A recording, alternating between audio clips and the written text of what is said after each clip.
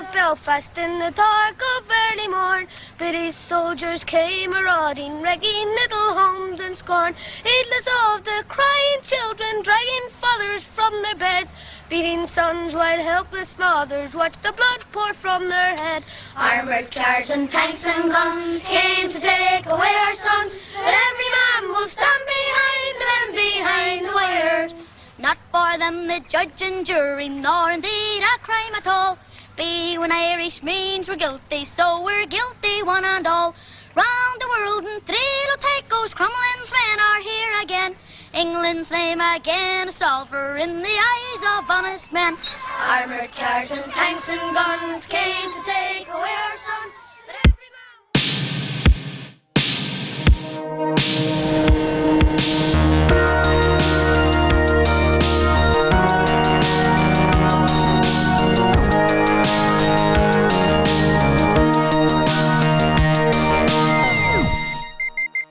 Happy St. Patrick's Day, everybody, and welcome back to Delete Everything Podcast, our improvised explosive device wired to the ignition of your car, prepared to rain bits of lost, forgotten, omitted, and deleted knowledge up and down your block. I'm your host, Patrick Wall, and with me, as always, my co-host, Riley Bowen. And this week, you guys have barely heard from him in the last month because his classes have started back up again, and so he's just constantly doing that. So, but he's mic'd up with us for this week, so... Our schoolboy, Drew Bowlby. I'll accept it. Hello. Damn, starting off dark with the car bomb analogy, huh? I mean, I like how the lost, omitted, forgotten histories are actually bits of families. You replace that with like with the raining bits of lost, omitted, raining bits of men, women, and children all down the street. In this week's episode, we are tackling a ridiculously complex issue involving colonial powers, civil rights, religious tension, and lots of bombs and bloodshed. We are talking about the Troubles today. Top of the morning to you. Yeah. Before we jump into that, very quickly, thanks to everyone Thank you to everyone who left a rating, review, Spotify comment. Thank you for keeping the lights on. If you like the show, your gold, your pot of gold. Christ. Already? Did we do that last year for St. Patrick's Day? No, something like that. Yeah, we did. We did the intro. If you like the show and you haven't done so yet, please leave a review, get on whatever platform you're listening to, give us 5 stars, leave a review, leave a comment, engage with us in whatever way you can. For one, we're into that. We like it. For two, it helps our visibility out there in podcast land. You know, the more people like us and say that they like us, the more other people who are looking for fun history podcasts find us. So, or just, tell your friends, it's cool too. If you can't be bothered. Also, check us out on Instagram at Delete Everything Podcast. It is a good place to see photos of all of our episodes. If you are listening and wondering, like, I wonder what that person, place, or thing looks like, there's a good chance that it's in an Instagram post. So drop us a follow there. If you want to see what we look like and how dumb we are in the studio, you can find us on YouTube at Delete Everything Podcast. We've got a handful of videos on like the making of some of our stupid cold opens and also a bunch of shorts from our Patreon bonus episodes. And speaking of Patreon... Boners episodes, please. Speaking of Patreon... Do you have every fucking time? Like, how do we have to... We have to write boners down and put it on the fucking wall? It's my version of a hunger strike. Every time. We're going to say bonus episode. It's boners episodes. These people don't know that. You can't just jam it in. No, you can't just jam it in. You got to slide it in. You got to lube it up and slide it in slow. First, you show them the boner. And then you can do that. First, you say, "Hey, then look you jam it in." You say, "Hey, look, it's a boner. This is a boner." You say, "What do you think?" Listen, I don't want these people to think that we're like silly or something. You know, it's not all boners episodes too. If we do a more serious topic on the Patreon, it is a bonus episode.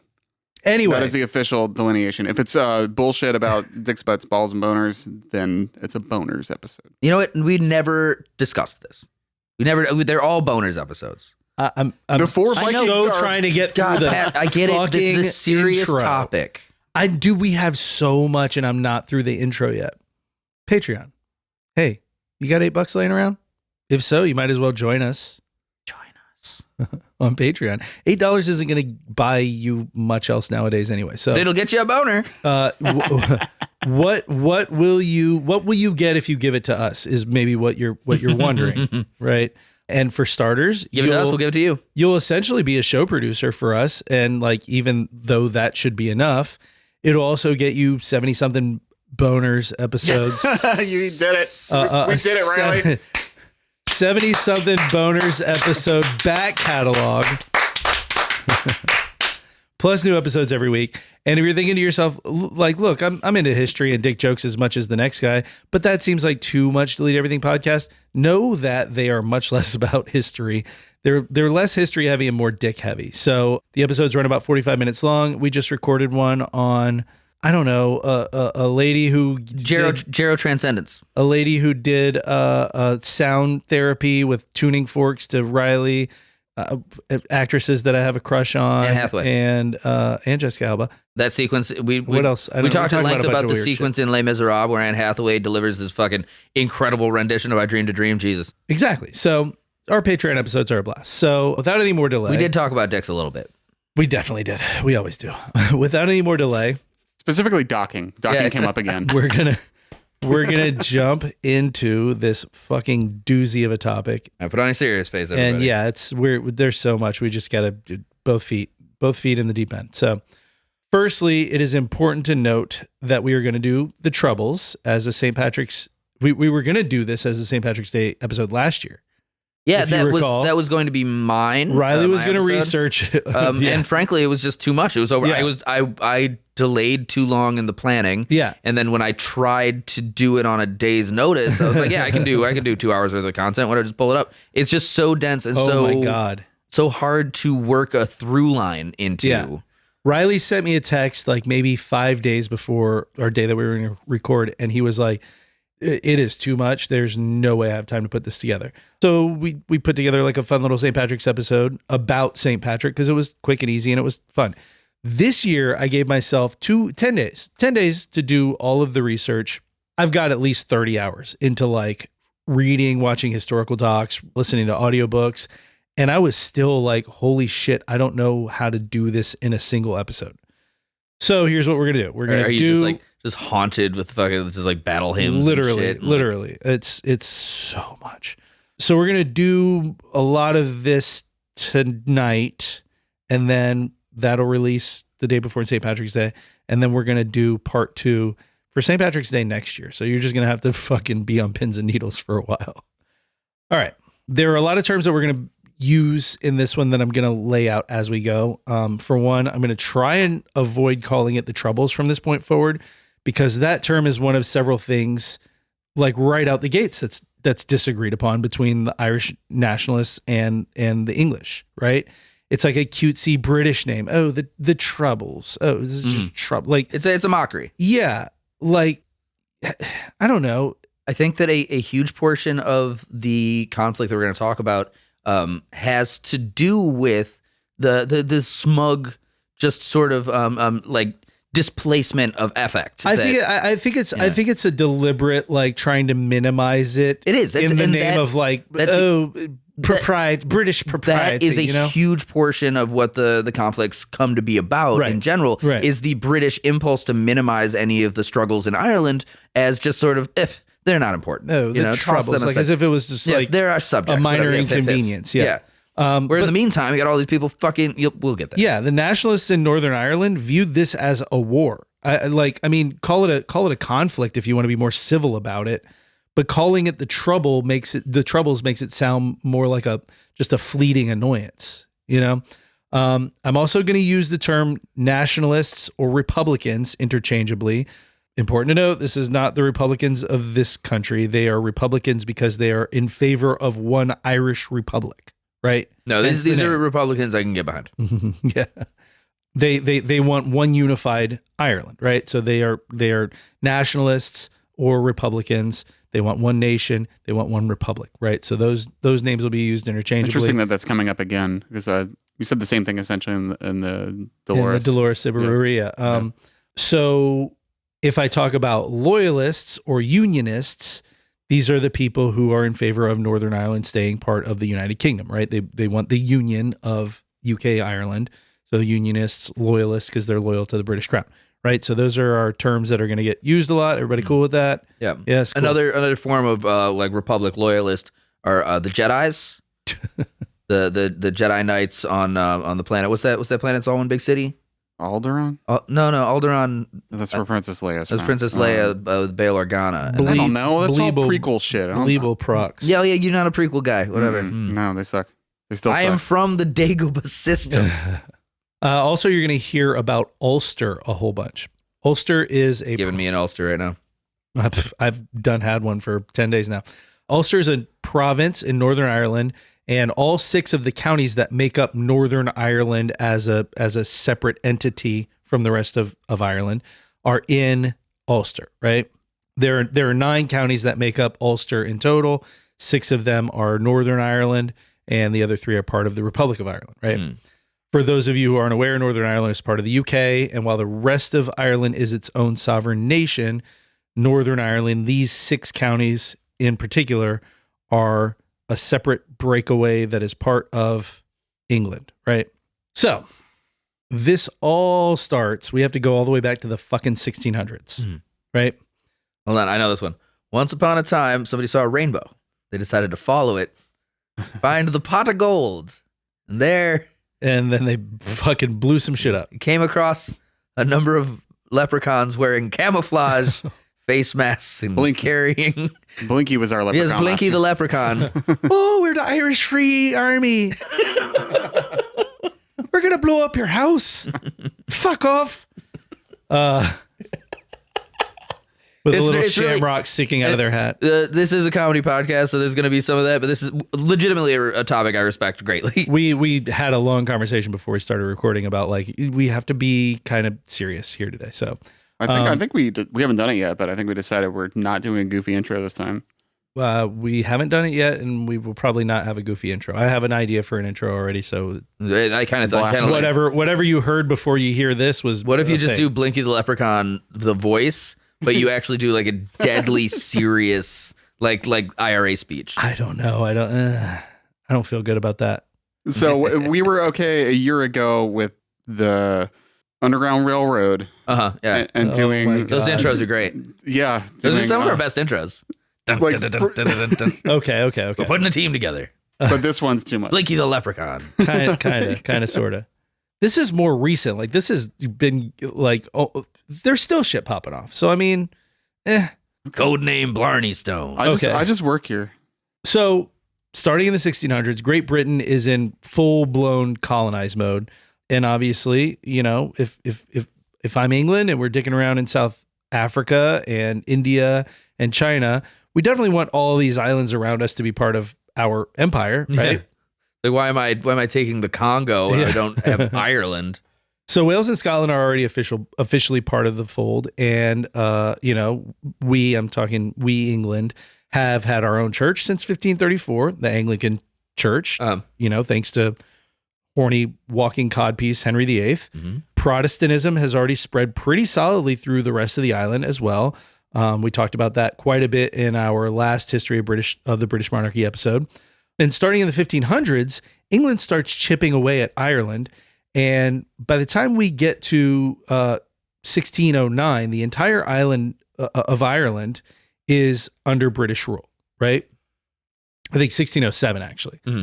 In 1609, the British government says, you know, we need more Protestants there. It's too Catholic, way too Catholic, right? So they start something called the Plantation of Ulster, where they start giving property that was previously native Irish land to English and Scottish Protestants specifically, right? There were some Catholic families that were very, very loyal to the crown that got some, but I mean, it was almost entirely given away to English and Scottish Protestants. And the way they got a lot of this land was from like the Gaelic chiefs that were killed or fled during the 9 Years' War, which just wrapped up in 1607, right? Or families that fled during the war. England created a law that said, if you die and you have no heir, it's our land now, and we can do whatever we want with it. So they won the war. They control the island. They own lots of land. Let's get us some folks who are loyal to the crown in there. And boom, the Plantation of Ulster begins, right? So this is rural Gaelic Catholic, very, very, very resistant to British rule.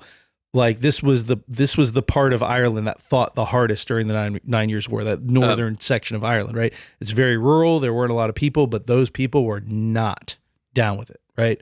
So the Irish, particularly known as very pugnacious and like hard to control people, right? Always. So they were, even when like the Romans first came into the area, it was like when Vikings were invading fucking Ireland, just farmers and shit with sharp sticks.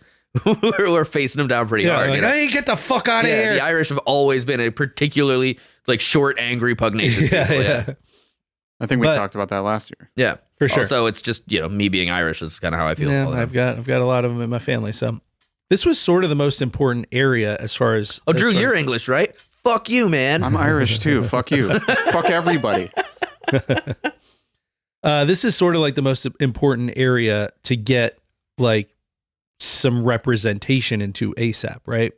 So obviously there's tension here, right? You've got the people who have fought the hardest to keep their land now being colonized, lands and titles being stolen through legal fuckery in Westminster, and a lot of sectarian pushback from the Catholic population toward all of these Protestants coming in with land and titles and favor from the British crown. So right out the gates, you've got like, what the fuck's going on? Yeah. What are you doing here? Right. So in 1641, so not even 2 years later, we have an Irish rebellion that turns into an all-out war. That's the Irish Confederate Wars. And that took place from 1641 to 1653. And that ended with English loyalist victory. The English and the English loyalists ended up winning that, right? Then in 1689 to 1691, so that was a lot shorter, we had the Williamite War, which was like a part of a different 9 Years' War, because there's another 9 Years' War. So then the 9 Years' War we're talking about before was fought in Ireland to control all of Ireland. 9 Years' War Part 1. Yeah. The 9 Years' War, the second one, Mach 2, was between France and the Dutch. So basically, James was the last Catholic king of England and Scotland. And actually, at this point, England, Scotland, and Ireland. And he was deposed, and a Dutch Protestant, William II, took the throne because he was married to Mary II, who is James's daughter. This is all going to get fleshed out in our 4th episode of the history of the British monarchy, because we stopped right before the Union of the Crowns. So William II married Mary II, who was James's daughter. Was James and ousted James. Right. Okay. Yeah. But, well, so William, did he have massive respect for James, or was he just fucking his daughter and also coveting his crown? Yes. Yeah. It's a good through line. It's James is like, hey, here's my daughter. Yeah. This will probably calm him down. Yeah. Holidays are going to be fun. Want to try this bourbon that my boss gave me for Christmas? And he's just going, I'm going to get fucking whiskey dick and try and fuck your daughter tonight and just be pushing rope all night, buddy. Patrick, this is a serious topic, please. Of course. So this Dutch guy marries into the crown, ousts James. Suffice to say, the largely Catholic population of Ireland liked that they had a Catholic king. At least the king's Catholic. So and then when this Dutch Protestant marries his daughter and ousts him from the throne, they weren't thrilled. Shit popped off again. That's the Williamite War, which is a part of this 9 Year War between the French and the Dutch, right? Right. Because the French wanted a Catholic and the Dutch were in there already. So, and it gets real fuckery heavy. Like literally Rome propped him up and they were like, we don't recognize William. This is our guy. He's still alive. He's still the king. He's over here in Rome. I really only like history when all the conflict is like isolated to a region. Once they start doing like, hey, let's send letters back to Rome, that really starts to get away from me. Yeah. And Jesus Christ. So by the end of the 1600s, early 1700s, the Irish Parliament, which is all English, Scottish, and Irish Protestants, basically, they start to enact laws in furtherance of the Church of Ireland, which is just an extension. It's a branch of the Church of England. It's an Anglican church, right? This is referred to now as the Protestant ascendancy. But that's kind of a misnomer, right? So they're writing all these laws, and it wasn't called at the time, but it's called now the Protestant ascendancy, which is like let's prop Protestantism up more in this largely Catholic country. Like I said, that's a misnomer because it wasn't designed to ascend all Protestants, just one specific kind of Protestant, the Church of Ireland Protestants, right? So these laws were passed they were all passed over like weird king bullshit and applied to Ireland, to Catholics and Protestant dissenters, right? Protestants who weren't Anglican. Wait, are you saying that this is a bit of a sort of like a political maneuver used inside of the religion of Protestantism to prop up specific like powerful members that could get to the top and then rule from there? Well, they already kind of had that. Right. They had already kind of finagled that. So now that it's mostly Protestants in the Irish Parliament, they're making laws to sort of subjugate the Catholics and prop up the Protestants. Well, I'm saying within this, so like the ascendancy itself was picking particular like Protestant members of the Protestant Church and propping them up to become like to go to higher levels of power. Well, so it alienated and punished Presbyterians who are Protestants. Fuck them, whatever. They're Protestants, right? But it was specific to Church of Ireland. It was specific to the Anglican Church, right? Mm. That's the Protestants they wanted. Right. Gotcha. Not specific like, hey, you're a good one. You're not so good. You know what I mean? Like you go to church every Sunday. You kind of suck. It was like just the initial thing made it sound like it was like maybe people who weren't even particularly Protestant oriented. I got you. Would be like converted and then put up into no. It was like kind of like the Roman Catholic Church did a lot. For, it's like popes. we're gonna like prop up Protestantism, but specifically Anglicanism. Okay, you know what I mean? Like Presbyterians, fuck you. You know what I mean? So, yeah, I get you. And by the way, I'm gonna read off some of these laws that were passed in the 1600s, right? And some of these get repealed like way down the road, but exclusion of Catholics from most public offices. Presbyterians were also barred from public office. That passed like 100 years later. So the exclusion of Catholics was in 1607, Presbyterians 1707, right? Ban on the Irish language being used in court. Fuck. Ban on intermarriage with Protestants, which ends up getting repealed at the end of the 1700s. Presbyterian marriages were not legally recognized by the state. So fuck you, Presbyterians, right? Catholics barred from holding firearms or serving in the armed forces, which ends up getting rescinded by the Militia Act of 1793. The oath of supremacy required for membership of the Parliament of Ireland from 1652, and then it gets rescinded, then it gets renewed. And we talked about the oath of supremacy. Remember when we did History of the Monarchy 2, we were talking about Henry creating the Anglican Church, and they created the oath of supremacy. So anytime you got like a lordship or any kind of public office or anything like that, you had to recognize the king as basically the head of the church. Yes, you remember we talked about that? Yeah, like not only is he the king, he's also the pope. Yeah, you're going to be loyal in two levels, essentially. Right. Yeah. Exclusion from legal professions and the judiciary. So I don't know what you did if you were Catholic or Presbyterian. I think pretty often about like, obviously you just get executed, but like me, I'm like a nonconformist, non-religious person. Right. So if somebody's like, "What are you, Presbyterian? Are you Catholic?" And I was like, "Did nothing." And Just like, a guy. "Oh, well, we're gonna fucking kill you. Then we're gonna cut your head off behind the dumpster." Yeah. Those were both shot behind the dumpster, cut your head off behind the dumpster. Yeah, there you go. Interesting. Those were both repealed later on. Into the dumpster. Donk. Boom. This is a good one. You know that dumpster sound. Yeah. You know exactly how it everybody would knows the sound. dumpster sound. Everybody knows the dumpster sound. Dong. This is a good reverb. Yeah. This is a good one. Education Act of 1695, which was a ban on foreign education. So if you were a Catholic and you don't like you can't send your kid to a lot of public schools because they were all Protestant, and say you want to like send your kid to France, right? France is Catholic, Spain is Catholic, you know, and you couldn't. You were not allowed to send your child abroad for foreign education. Well, that's just un-American. Yeah.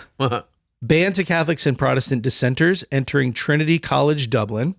Can't even go in the college. Sorry, can't even take a tour.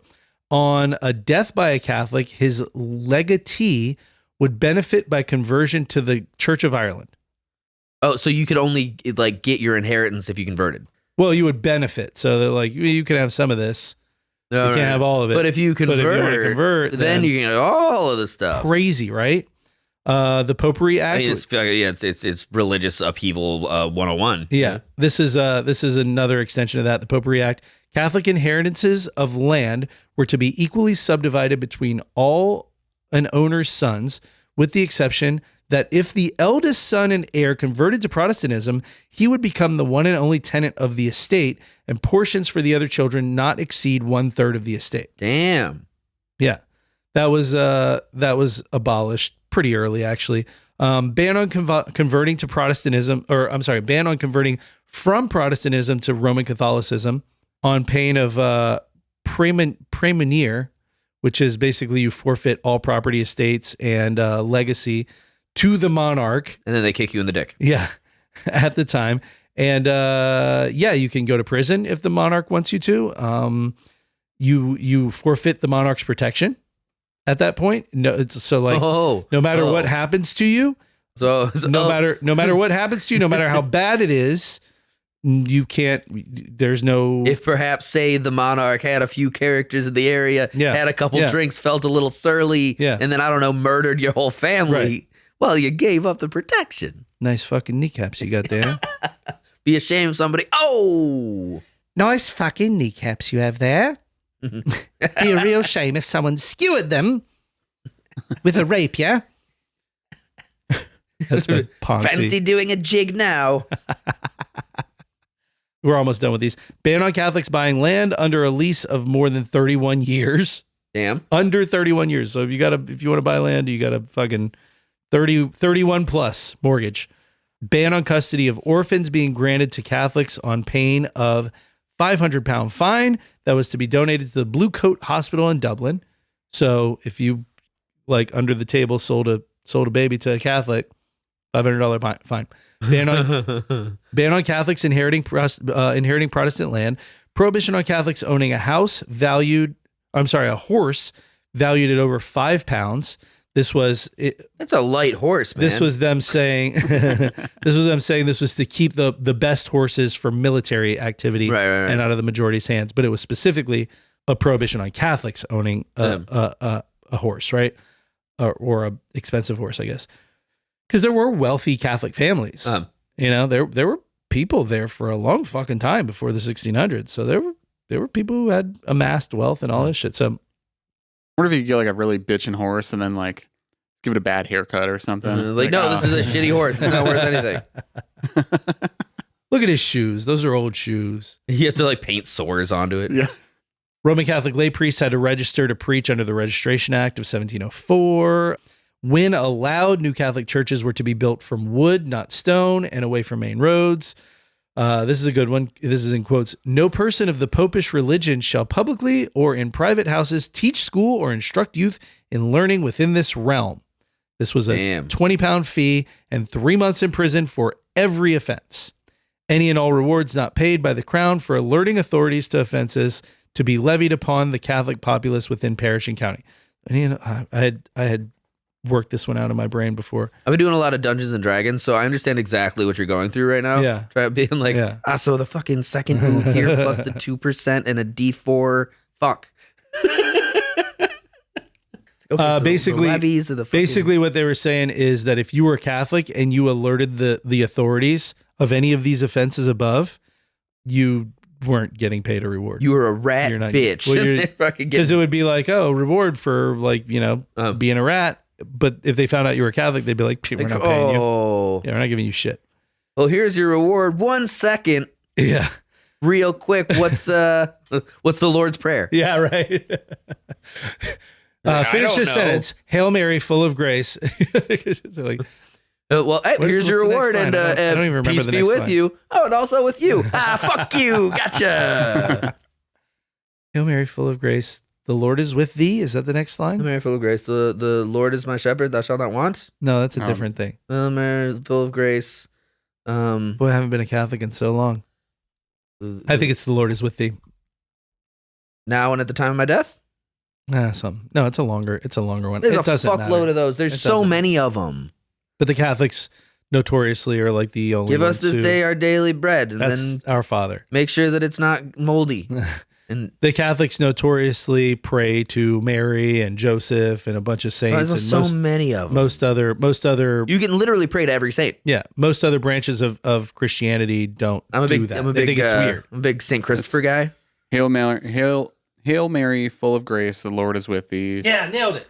Blessed art thou amongst women, and blessed is the fruit of thy womb, Jesus.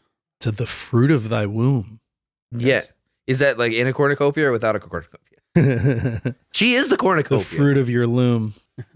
Breasted be the fruit of thy loom. Okay, so like I said, most of these laws are being enacted in the 1600s to the early 1700s.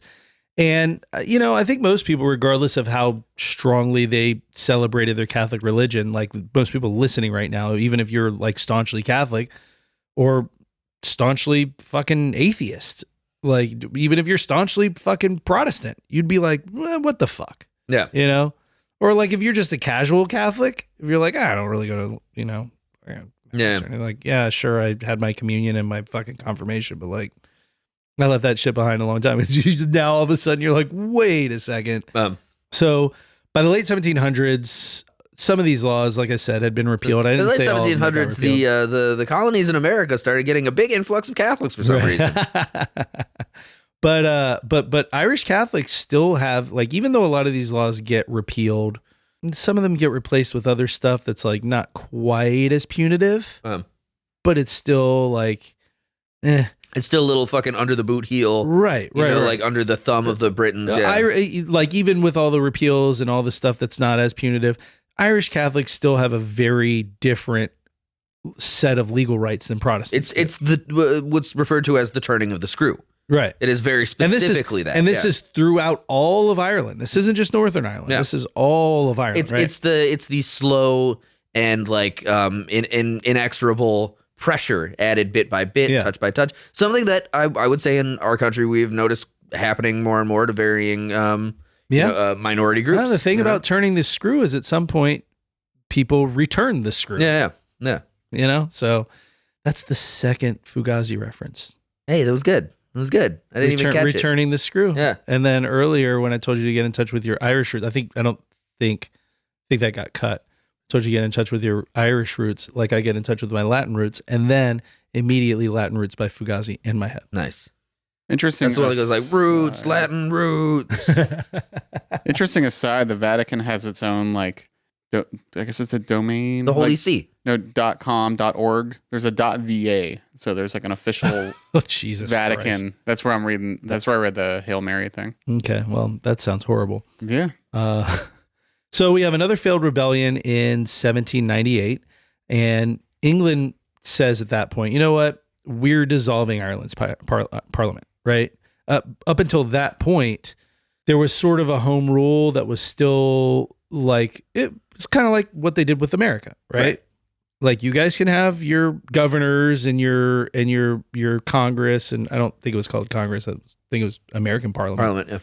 It's the Parliament, Parliament Funkadelic, yeah. But yeah. Minister George Clinton.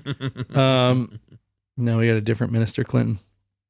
Thumbs down. Less crack, more atrocities. So, the music's just not as good. Saxophone, really? Saxophone? Fucking Fuck you. Nerd. Reminds me of a song we did, Patrick. Oh, God damn it. Actually, I need you for a couple more things on that. Do you really? Yes. Can't wait. So, yeah, England is like, we're dissolving Ireland's parliament, and we are going to unite Ireland and England's parliament, which is another knock in the ball bag if you're a Catholic, because at least under Ireland's parliament, you had some Catholic representation. It was mostly Protestant, but you had some pushback. You know what I mean? Now you've just diluted that because now you have whatever MPs you get in Ireland now getting diluted by almost entirely Protestant MPs in England, and they're all ruling on what's happening over here. So, like I said, that sucks if you're a Catholic. You're like, oh, fucking great, another one. So that creates a lot of issues, and within 70 years from the dissolution of the Irish Parliament, we've got a new idea, right? New idea comes up, the Home Rule movement. Right. And so this is the Catholic representation and the moderate Protestant representation in Ireland that's going to Parliament, that's part of the English Parliament, right? Representing Ireland. They're like, dude, so much shit. Like, there's so many skirmishes. There's so much bullshit. Like, it's so, like, we're introducing a bill for home rule. Yeah. Right.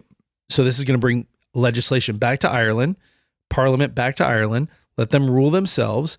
The deck is not as stacked in Protestants' favor at that time. And England is like, fuck it. Well, it goes through Parliament 3 times. First 2 times they're like, fuck you. It goes through for the 3rd time and it passes. And right around that time, about 2 years after it passes, World War I kicks off. And England actually says, fuck it, we'll implement it after this war is over. Yeah, we might need a little bit of Ireland on this one, yeah. But they also add a bunch of caveats and it never gets implemented. And they put a deadline on it. They're like, well, we'll do it when the war is over, if it's over in 2 years. Turns out to be one of the most devastating things that ever happened on the planet Earth. Yeah. And it goes longer than 2 years. Coming out of Britain. Right. Yeah. And so it just it tanks, right? Right. So obvious tanks is what the Irish didn't say. Tanks. Hey, tanks for nothing. Tanks for nothing. Like fucking add Angela's Ashes ass music right there. Oi, tanks for nothing, England.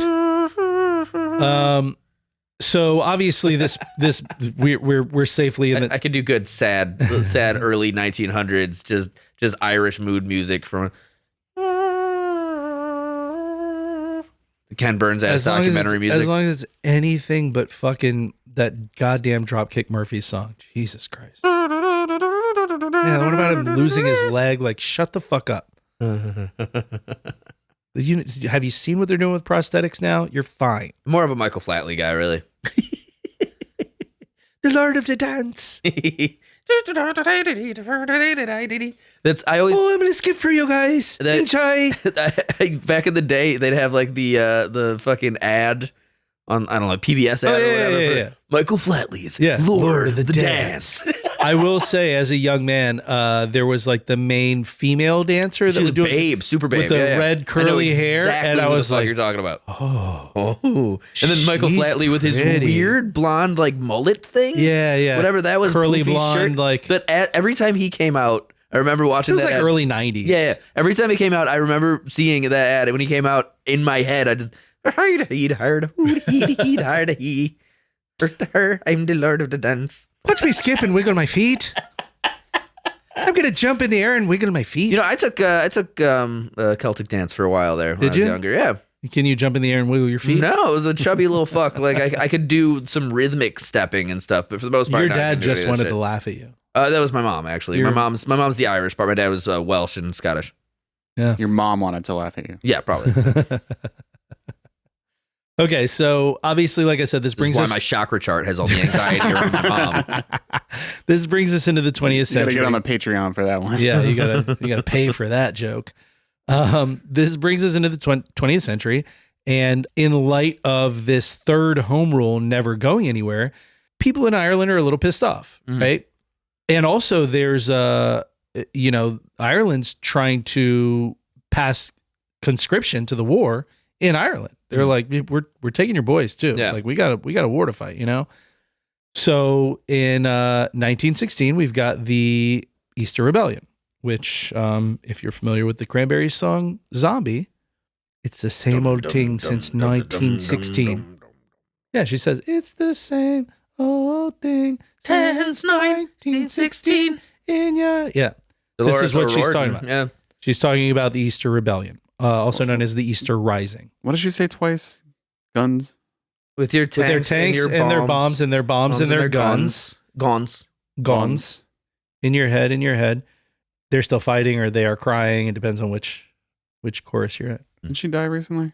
Like 5-6 years ago. Yeah, it's Dolores O'Riordan. It was one of the. She's a victim of one of the classic killers, Hotel Room, fucking Hotel Room death. God?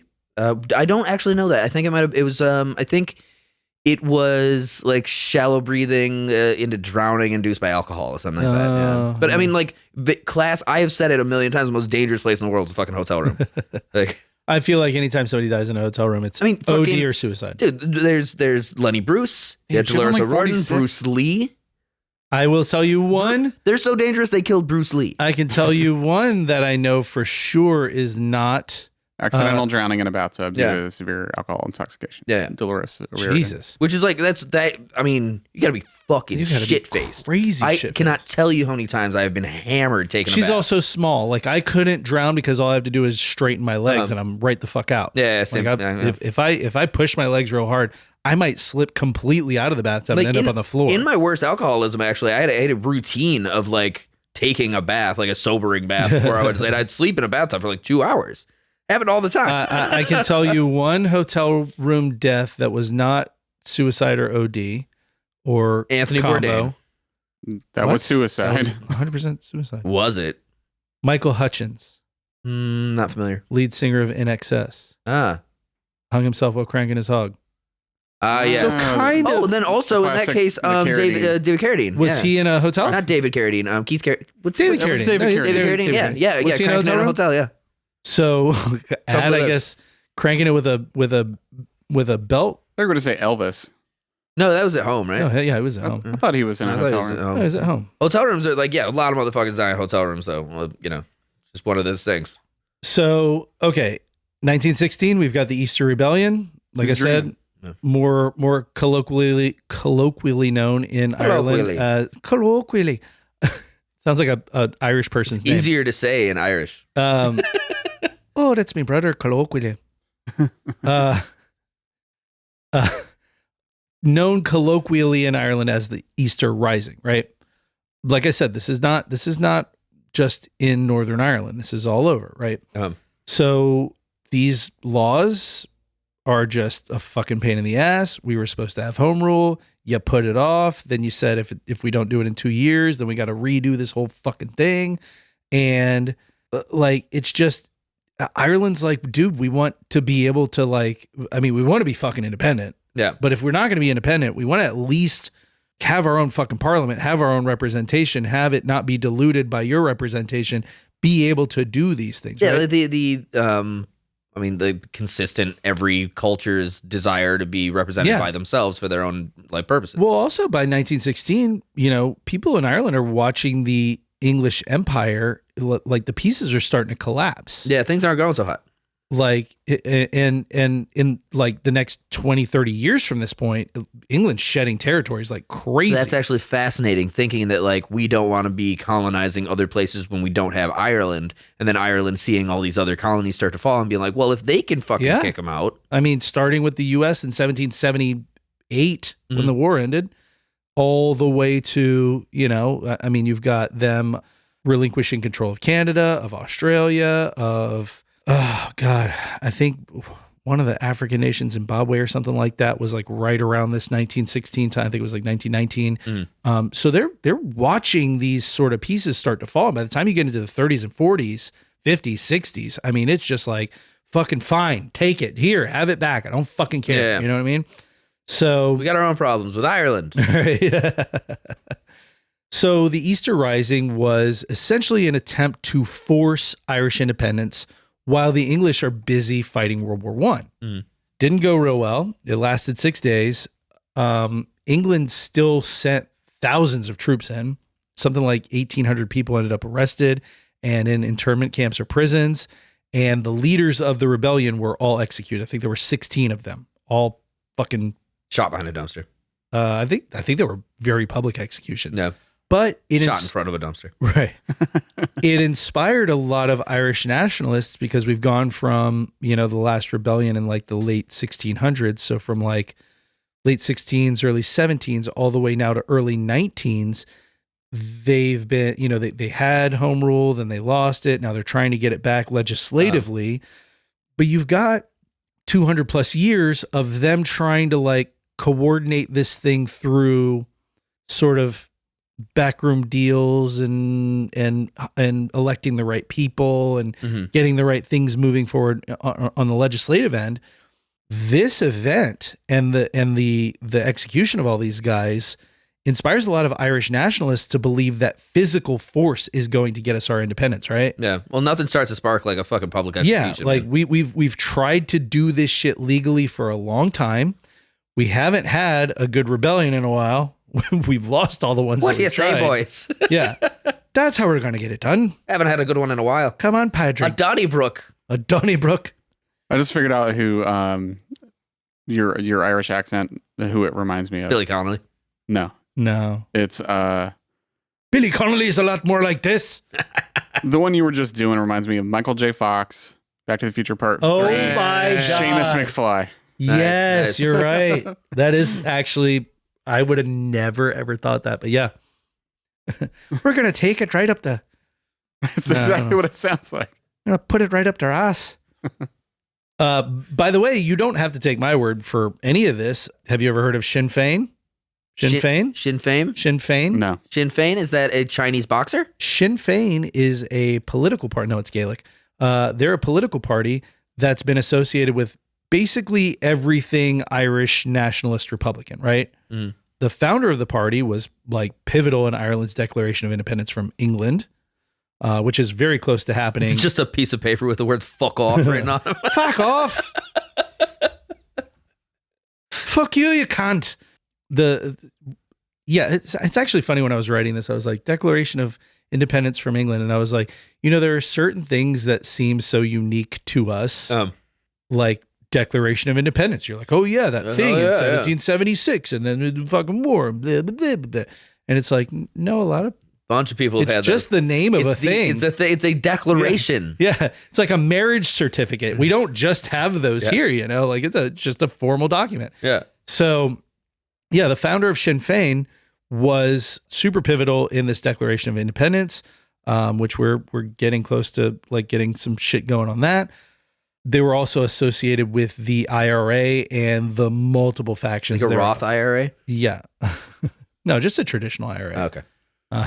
The good thing about a Roth IRA is you don't pay taxes whenever it's all taxed up front. So And an Irish IRA, an Irish you just get blown up. it's just a fucking They'll just fucking kill you. just a bullet in your fucking mouth. Once upon a time I was when I was living in New York, I was hanging out with some gentlemen, the top floor of the 155th Street projects, the Polo Grounds projects in Manhattan, the most notorious projects in Manhattan. And I was 3 a.m. hanging out with some people. But like I'm hanging out up there and I'm talking to these guys. My friend Johan for one, and then Black guy. No, actually Dominican. I'm kidding. The other two were black, yeah.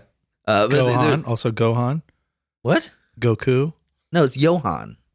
His name was Johan. You beat me to the Piccolo. Goku. Friend Johan, and then his Frieza. guys Nick Nack and Trilla. Yeah, we don't like that guy. And I quite liked Nick Nack and Trilla. They were gang affiliated, I could say. Did you say Krillin? Nick Nack and Trilla. I don't even know that much about Dragon Ball Z, but that got me. I think that With they the would dots. The dots on the fourth. I think they would have appreciated it. But anyway, so like it was funny because like I fucking love Dragon Ball Z, man. I'm with these guys like and Trilla himself was a bit of an older, wiser gangster. Very pale, doesn't see the sunlight very much. Well, he moves at night. You know what I mean? I mean, pale in terms of being black, just doesn't get out in the daylight much. Light skin? Just say he's light skin. No, he was not light skinned. He was pale because he was never out in the daytime. You could tell that he doesn't get much sunlight. You know what I mean? You having a hard time with this? Hard concept? Okay. In any case. Melanin doesn't. Okay, go ahead. Okay. Go ahead. In any case, it's like they didn't look fucking like vital, like they were like at the beach all the time. Looked like they spent most of their time drawn, sunken, just kind a of little bit. Yeah. Yeah. Okay. Yeah. That's all you had to say. Okay. So I figured it was kind of pale. I don't know. But we were talking about stuff. It was funny because it was having this great conversation about like hip hop or something, and it developed. It not devolved, but like went into this conversation about cinema, which was really cool. And Nick Nack's like, "You ever see that movie, The Last Emperor? So good." And like we started talking about like real deep like Criterion cuts, which was fucking rad. Yeah. And we were talking about one movie. I think it was the Wind That Shakes the Barley.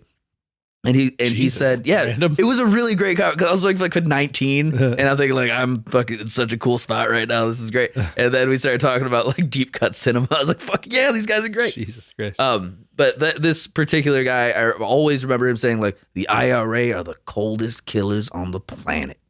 I always thought that was like, that's from the fucking hood. Like, you cannot get more honestly, from the hood. not just the IRA, but so Sinn Féin is associated with the IRA all for a very long time, and I'm going to refer to. I know there's an IRA and an OIRA and a PIRA, and there's all these like IRA factions thereof. For the purposes of this story, I'm just going to keep it IRA. But anyway, 2 years after the Easter Rising, we have an election, a general election in Ireland, right? Home rule has not passed. So these are delegates, these are MPs that are going to go for Irish representation in England, right? Mm-hmm. Or I don't know that they had their own place, but I mean, it's a technically England changed the name to the United Kingdom of England and Ireland during this time. Interesting. Yeah. So Sinn Féin crushes the general election in Ireland, right? These are all nationalist, Catholic, fucking like get it done by any means necessary motherfuckers. Mm-hmm. Yeah, they're the we're gonna have to take it by force party.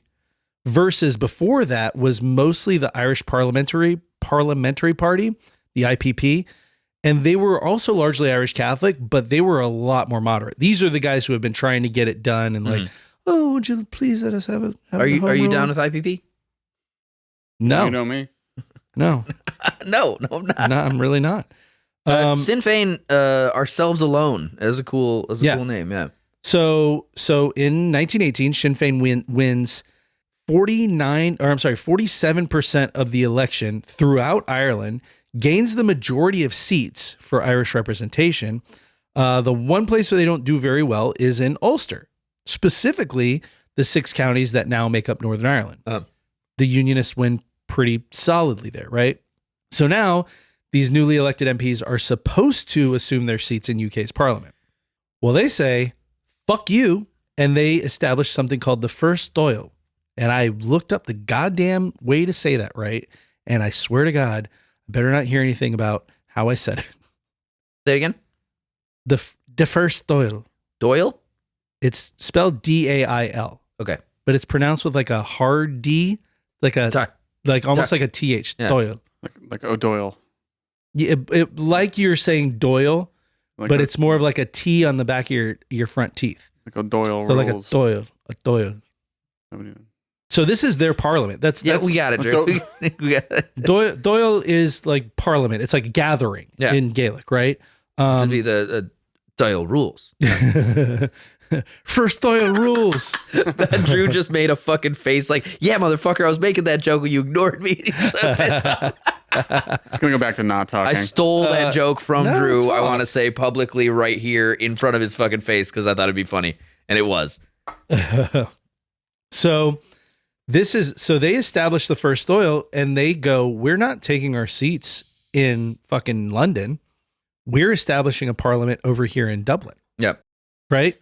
Which is a problem because home rule has not happened yet. Right? So they're just like, we're staying here. And by the way, the next year they declare independence. They say, we're not going. We're not doing this whole fucking song and dance. Yeah, we're not doing this jig. Suck our dicks, yeah. Yeah. So and then they send a revised version because during the Easter Rising of 1916, there was a version of a Declaration of Independence. They revise it. They send that through again. Here you go. Right? Piece of paper with the words "fuck off" scrolled on it. Yeah, they just put a comma, you cunt, at the bottom. So yeah, 1919, they've declared independence, and the Irish War for Independence, which lasts until 1921, so only a couple years, that starts. So broad strokes, just to recap, the IPP is pushing for home rule. It goes through on the third try, home rule does, gets postponed due to World War I. The Easter Rising happens. Irish people are fully back on board with taking independence by force. Sinn Féin wins the next election in a landslide, and they say, we are independent or else. England says, or else, and war were declared, right? And Ireland ultimately, prevails. They didn't prevail. So much for your notes. I'll say this is one they kind of prevailed. This is one of the more famous eras of that kind of rebellion too. like post World War I, pre World War II, just like fucking just the gray with the caps, Yeah. fucking like everything's wool. They have all that fucking they kind of very Peaky Blinders looking. Peaky Blinders got single shot rifles and shit. Long tweed coats. Yeah, exactly. So Ireland does kind of prevail, but not the way that they wanted, especially Sinn Féin wanted to prevail, right? While this war is going on, English Parliament goes ahead and passes the Fourth Home Rule. Even without all these MPs from Ireland, they're like, we'll just pass it. We'll pass it. But in the Fourth Home Rule Act, they divide Ireland into Northern and Southern Irelands, right? Basically saying, look, the guys in the North are pretty cool with us, and you guys in the South can have your home rule, but you're still going to be part of the British Empire. Cool. And they're kind of hoping that this will be enough of an olive branch for the people in the South to go along with this concept of Northern Ireland and Southern Ireland. And that's what they called it. Northern Ireland, which is those 6 counties, and Southern Ireland, which is the whole rest of it. Seems right? so counterintuitive, though, right? Doesn't it? Like, yes. Because on one hand, you got the not Unitarians, the Unity Party, the Unionists, the Unionists who are like, let's Loyalists, let's all be together as part of the kingdom, and the other ones are like, hey, let's all be together away from those fucks. Like, basically. Let's have Ireland ourselves. Like, well, I'll tell you what, you don't get to be all together at all. Yeah, right. Fuck you. Yeah, so they're hoping that this will be enough to be like, okay, fine, whatever. Problem is that most of the people throughout Ireland, but particularly in Southern Ireland, are like, hell no, we don't recognize your bullshit Southern Ireland. We recognize the Irish Republic. We're literally currently in a whole ass war about it right now. Yeah. We're like, this all happened while the war for independence is ongoing. So December of 1921, England says, okay, Anglo-Irish Treaty. We're not part of your government anymore. Ireland is its own free state, but this Northern Ireland area that we arbitrarily made up can opt out, and Northern Ireland immediately opts out and decides to stay part of the English of England. Also, you're still technically part of the empire. But we're going to stay fully out of your business. You are the free state of Ireland under the British crown. Which is what they did with Canada. It's what they did with... I just pulled a stink face. Yeah, you did. That's what they did with Canada. That's what they did with Australia. That's what they did with South Africa. They did it with a lot of places. Yeah, because it's an insidious and overarchingly evil way to fucking control people. It's exactly. like, listen, we're going to be hands off here, but don't fuck around too hard. Because when invariably, like, we have to bring the military presence back to quell whatever your bullshit is. It's the Persian model. We can do anything we want because you're still a part of our kingdom. Yeah, it's the Persian model. Yeah. Do whatever you keep doing the things the way you want to do them, but when it's time to pay us. Yeah. Right? Otherwise, we have complete impunity to fuck you completely. Or when we find something valuable in your lands, we can just come right in and... That's ours, yeah. Also, if we want, we can come in and fuck your wives. So this treaty gets signed, but like really importantly, Sinn Féin, who won most of the parliamentary seats but refused to take them, is left out because they are anti-treaty, right? So they're never sworn in as MPs. So we, England, don't recognize your authority to speak for the people because you never showed up. So as you might imagine, literally overnight, we've got an Irish Civil War. Yeah. Because we have representation from Ireland that signed this treaty. They're pro-treaty, but a lot of us are anti-treaty. By the way, most people who voted for Sinn Féin in this landslide victory are anti-treaty. It's this whole fucking... Can you imagine the environment of that? Because like that's like the country that we're talking about at this point is like they're a fully advanced country. Like they've got modern amenities and stuff 100%. Like that. But it's still pre-television.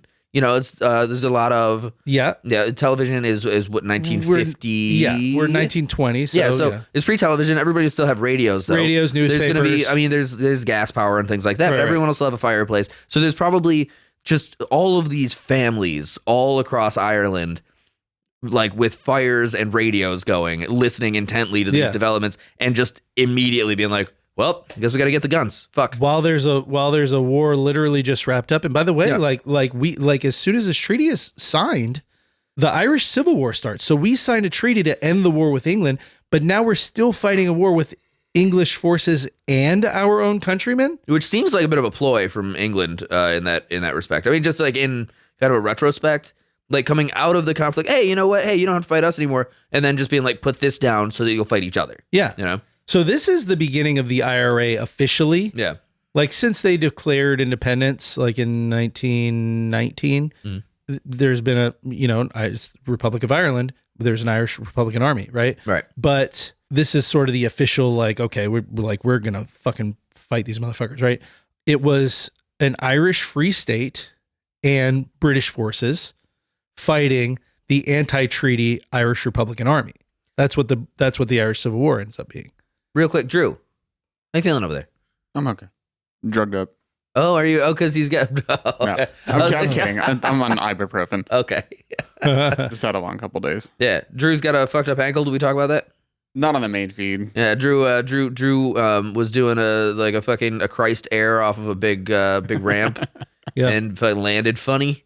Yeah, I landed it, but rolled his ankle. Somebody got in my way. Yeah, it was children. There was a bunny on the ramp. There was a bunny, so I had to bail. There was a small child carrying a puppy, and he had to bail hard and fucking fucked up his ankle. So there was an old man pushing a cart full of melons across the ramp. One wheel falls on. Oh, my melon. My melons. Oh no. He's like walking slowly to pick it up. And Drew's like, out of the way. No. The camera keeps cutting. Drew. And then melon guy. Drew. Melon guy. Drew. Melon guy. Drew. Melon guy. Drew. Oh, crack. Yeah, and then he rolled his ankle. Yeah. So I've been hobbling around on crutches. You landed on the melon so that as you like slid, there's like a big red streak of juice, like blood. And Drew was laying on the ground, my ankle, and the guy's like, my melons. Got a piece of melon on your head like a helmet. And that's exactly what happened. That's what happened. No one gets to question it. Yeah, so he hurt his ankle. So he's real high on morphine now. I ask if you're okay because you look a little sleepy over there. It's just been a long couple of days. Yeah, that's it. I didn't sleep last night. Just FYI, I'm on an all-nighter, baby. I actually, guys, you have any idea? Thanks to this episode, it's the second all-nighter I pulled. This is crazy. Not in a row. So I got back on Sunday, right? Stayed up late with Magdalena because I hadn't seen her in a week, right? And then I went to sleep. I slept until 1 o'clock in the afternoon. Damn. Then because I have the day off, and then I woke up, right? I realized I don't have anything else to do. I took 2 Benadryl and slept again till the next morning. Fucking lucky I bastard. slept for like until today. Yeah, dude, I slept for like almost 20 hours. When you're like yesterday, you're like, oh, I'm otherwise engaged. Yeah, exactly. You're like, I'm fucking. I had already taken those Benadryl. I was like, there's no way this is gonna happen. I all-nightered on Saturday night because I was up doing research and notes and docs and all the things until probably about 4 a.m. And then I like rolled over and like put on a little TV just to like be like, all right, let's start dozing. And then no, I didn't. I don't think. Maybe I did. I don't remember. I don't keep track of these things. But I do. I've cranked it. The nights all blend 40,000 times. The nights all blend. Sometimes you do. Sometimes you fall asleep first, but. Sometimes you fall asleep and then crank it and you wake up and you're like, oh God, what am I? What am I doing? Like a werewolf coming down. But, and then I worked all day Sunday, got home, slept probably fucking 9-10 hours. And then yesterday was Monday, another fucking all-nighter doing this shit till 4 or 5 in the morning. Well, as tired as we all are, I'm not actually. I slept great and it's crazy. I've never had this much energy in my life. The people of Ireland, so much tireder. Right. So, like I said, all this on rabbit and potatoes. Damn, if I had cranked it 40,000 times in my life, I've only lived 13,760 days according. Damn. So average is like 3 times a day. I mean, that's not bad. I mean, I could do it. Yeah. Okay, I'm pulling this up because I want you guys started when I was like 10 or 11, so yeah, okay. I want you guys to try and pronounce this. I'm going to cut all that. Okay. No, you're not. So like I said, it was the Irish Free State, so these pro-treaty forces and British forces fighting together against anti-treaty IRA, right? Okay. Irish Republican Army. By early 2023, the pro-treaty forces have effectively won this civil war. They capture or kill most of the IRA's leaders. And in May 1923, the remaining leaders issue a ceasefire and tell the IRA volunteers to dump their arms and stop the fighting, right? Right. Problem. Even after the arms are all surrendered and people stop fighting, thousands of anti-treaty Irish Republicans are arrested and locked up in like the months immediately after the ceasefire. So there's a ceasefire order, like surrender your weapons. We're going to stop this. People do it. They're like, okay, fine. And then they start getting rounded up and put in, as soon as they give up the weapons, yeah. Yeah, and put in internment camps, right? No trial, no nothing, right?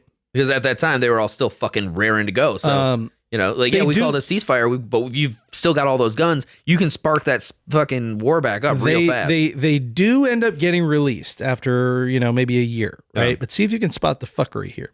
That August, before they're released, there's a general election where the pro-treaty, pro-free state, and I'm going to show you this, and I'm going to have you, because I had to look up how to say this. So you tell me if you can fucking pronounce this. Drew, you want to give that a try? Let me see. Coming na Gadel. Coming in a gator. Riley, give it a go. Kuman na Ngadl. Not as fun. The correct pronunciation of that, and this is the party, right? Come on a nail. Come on a nail? Which sounds exactly like come on a nail. Yeah, come on a nail. Come on a nail. I should have pronounced that better. I have a better background in Gaelic stuff, but I was fucking. This shit's still complicated. So this is a splinter faction of Sinn Féin that is pro treaty, right? So the ceasefire happens, right, in May.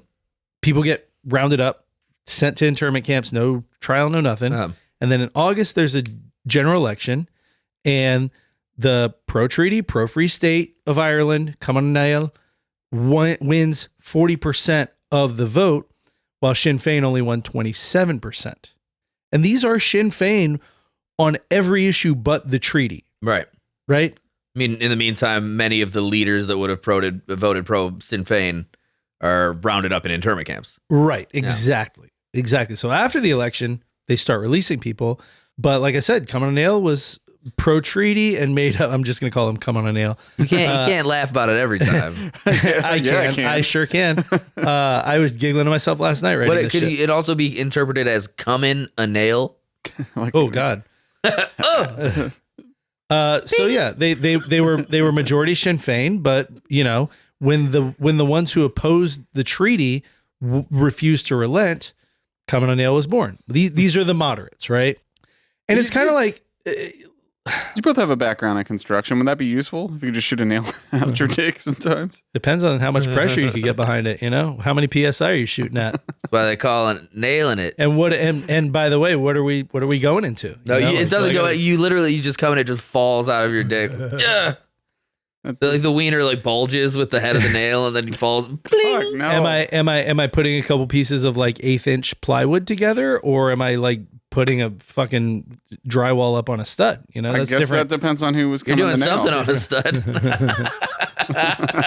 Am I driving the nail through a stud into Pile concrete? Driving. These are things that are important. So this is all happening in Southern Ireland, right? This is the Irish Free State. Everything we've gone through since from sunny Southern Ireland. Yeah. But what's going on in Northern Ireland, because that's where the troubles end up happening, right? Well, the troubles end up happening everywhere, but the bulk of it is Northern Ireland. I said I was going to stop using that term. That's where the majority of the violence, the conflict, all that shit, right? Because I mentioned earlier they opted out of all of this. Remember when I said that earlier? But a large percent of the population, even in Northern Ireland, were still pro-Republic Catholics.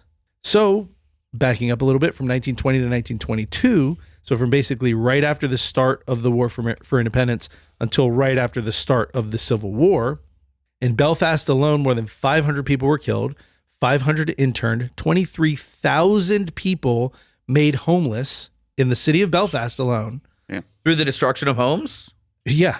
And just general fighting. And bombing, urban warfare. Approximately 50,000 people fled the province due to intimidation. Oh, shit. And 73% of these people were nationalists. They were civilians and they were Catholic, even though only about 35% of Belfast was Catholic at the time. So there's a real big skew there. Loyalists also drove about 8,000 mostly Catholic workers from the Belfast shipyards. There were Catholic churches and properties burned to the ground, Catholics expelled from their homes. The IRA is doing plenty at this time too, but honestly, the Unionists are really going on a bit of a tear. England also formed this, at this time, they formed the Ulster Special Constabulary. What year is this? This is 1920-ish. That's around the time that my family, the Irish Catholic family, immigrated from Ireland. Yeah. So the Ulster Special Constabulary, and we're going to talk about these guys, they're essentially an army under the control of Northern Ireland's Unionist administration, right? Because they have their own, they've opted out of this Free State of Ireland. They're still part of England. And because they're mostly Protestant and they're part of England, they have a lot more license to be like, yeah, go ahead and vote for your own parliament. It's fine. No big deal, right? So the Ulster Special, the USC, right? That's what we're going to call them. The USC are essentially an army that are under the control of this Unionist administration. And they're used basically to bolster police ranks, but they really went full tilt on reprisals for any even perceived IRA activity. The IRA would take out like some police or like some USC guys, right? And the USC would go like just indiscriminately kill Catholic civilians and burn their fucking houses down. Which in turn would fuel anti-USC like sentiment and propel like big time, like IRA unionship and especially in the South. Yeah, because they're watching this happen and they're like, those are our brothers. Like they also want a united, Republic of Ireland, right? And they're way more under the thumb up there than we are down here. Like we're part of the British Empire, but like but you're watching like you're literally just your people. Of a slightly less fortunate sort, I guess. Like just across the line, just right there. It's like if we were watching people in Georgia go through that shit now from here in Florida. Right. Yeah. So how you feel about them sort of depends on who you want to listen to, right? Unionists have written that the Special Constabulary, quote, saved Northern Ireland from anarchy and, quote, subdued the IRA. Classic. Nationalist authors say that their treatment of the Catholic community, including widespread harassment and significant number of reprisal killings, permanently alienated nationalists from the USC itself and more broadly from the Northern Irish state. I think it's fun listening to you say this stuff because you are so inclined to do accents, and I don't think you're doing this on purpose. I think you literally just have a slight lilt to the way that you're talking because you're so like ingrained, like the way that you work is so accent oriented. That like just like a little bit of the way that you're talking sounds a little Irish. Does it really? Yeah. just you just called authors Arthurs. Did I really? Yeah, just like it's just like very slight, like a psychological slip, but I like it. It's fun. I've been listening to so many Irish people for the last week and a half. If I'm being fully transparent, I don't know how I feel about either side in this because it's not like the IRA wasn't fine with civilian collateral damage, at least not at this stage of things, right? It's kind of like nobody's willing to be the adult in the room, right? Everybody's sort of like just ratcheting up. Now, I would say that if you are if you're part of the USC, if you are literally part of the parliament, the army, for lack of better words, you're a soldier for this parliament that has majority, that runs this whole area. Government stooge. And your reaction to this breakaway sort of rebel army of, whatever you want to call them. Call them whatever you want. Call them freedom fighters, call them domestic terrorists, call them whatever the fuck you want, right? But if your reaction to them taking out one of your own is to go murder civilians and burn down their homes because they might be affiliated with you just because of sectarian bullshit or political ideals or whatever, like I would say shame on you more so than this, like I said, whatever you want to call them, freedom fighter, domestic terrorist, whatever. Still not in the right on that side. You know me. But like your job is to be the adult in the room. That's your job. I'm always a little more oriented with siding with the partisans. That's just where I come from initially anyway. And me as well. Oh, there are definitely partisan sects that have gone in conflict throughout the history that are pieces of shit and shouldn't have done that. Bipartisan sects. I mean, sects, and like they're obviously like partisan fighting sects that I wouldn't necessarily sympathize with. I like fighting sects too. God damn it. Like say like there's a lot of conflict in Africa where like the partisan fighters are like child soldiers and shit. Like I'm not into that kind of thing. And being raised in, I don't think child soldiers are great. Hey guys, hot take. We here at Delete Everything Podcast don't like child soldiers in armed conflict. Yeah, bad. Just, you're so brave. So like being raised in an Irish Catholic family, like my mother's side of the family, like my mother, I've said before, her name is Kathleen Marie McCormick. Like, it's a very strong Irish Hella family. Irish. Hella Irish. Mad Irish. 9 brothers and sisters and shit. My grandfather was James Reginald McCormick. Yeah. You'd figure that with like an immigrant Irish Catholic family, you'd hear a little more about this type of thing. Yeah. But my grandparents were very staunchly non-committal to anything regarding this conflict at all. Yeah. I will say very specifically, they never said anything anti-IRA, and they never said anything pro-England. Like the vibe you got was very much England can go fuck itself, but it would if the topic came up, it was very much like, no, we're in America now, we're going to switch the topic. Well, I think even most of the people here during this time, you know, sure, there were people who were fervent, right? But I think most people, even if they were like, I support a unified Ireland, I am an Irish Republican, right? I want a unified Republic of Ireland. They weren't, most of them, especially at this point in time, they weren't out in the streets fucking like shooting people and throwing bombs and right. And vice versa. I think most of the loyalists were also like, look, we want to be, things are just easier for us if we stay part of England. We have better representation. And most of those people are also not in the street throwing bombs and lighting shit on fire. That's the main thing you'd say throughout conflicts in history. For the most part, most people what are can in the we middle. do to avoid this? Right. Most people fall in and the then middle. You get a couple of fucking loonies like myself who are like, I don't know, fucking blow it all up. Oil up these bricks. Yeah. What can we tie to this brick that we can throw from a 4th-story window? Do you have bottles, gasoline, and rags? I mean, specifically, a Molotov is made with gasoline, oil, and instead of a rag, you want a cherry bomb because the fuse will stay lit.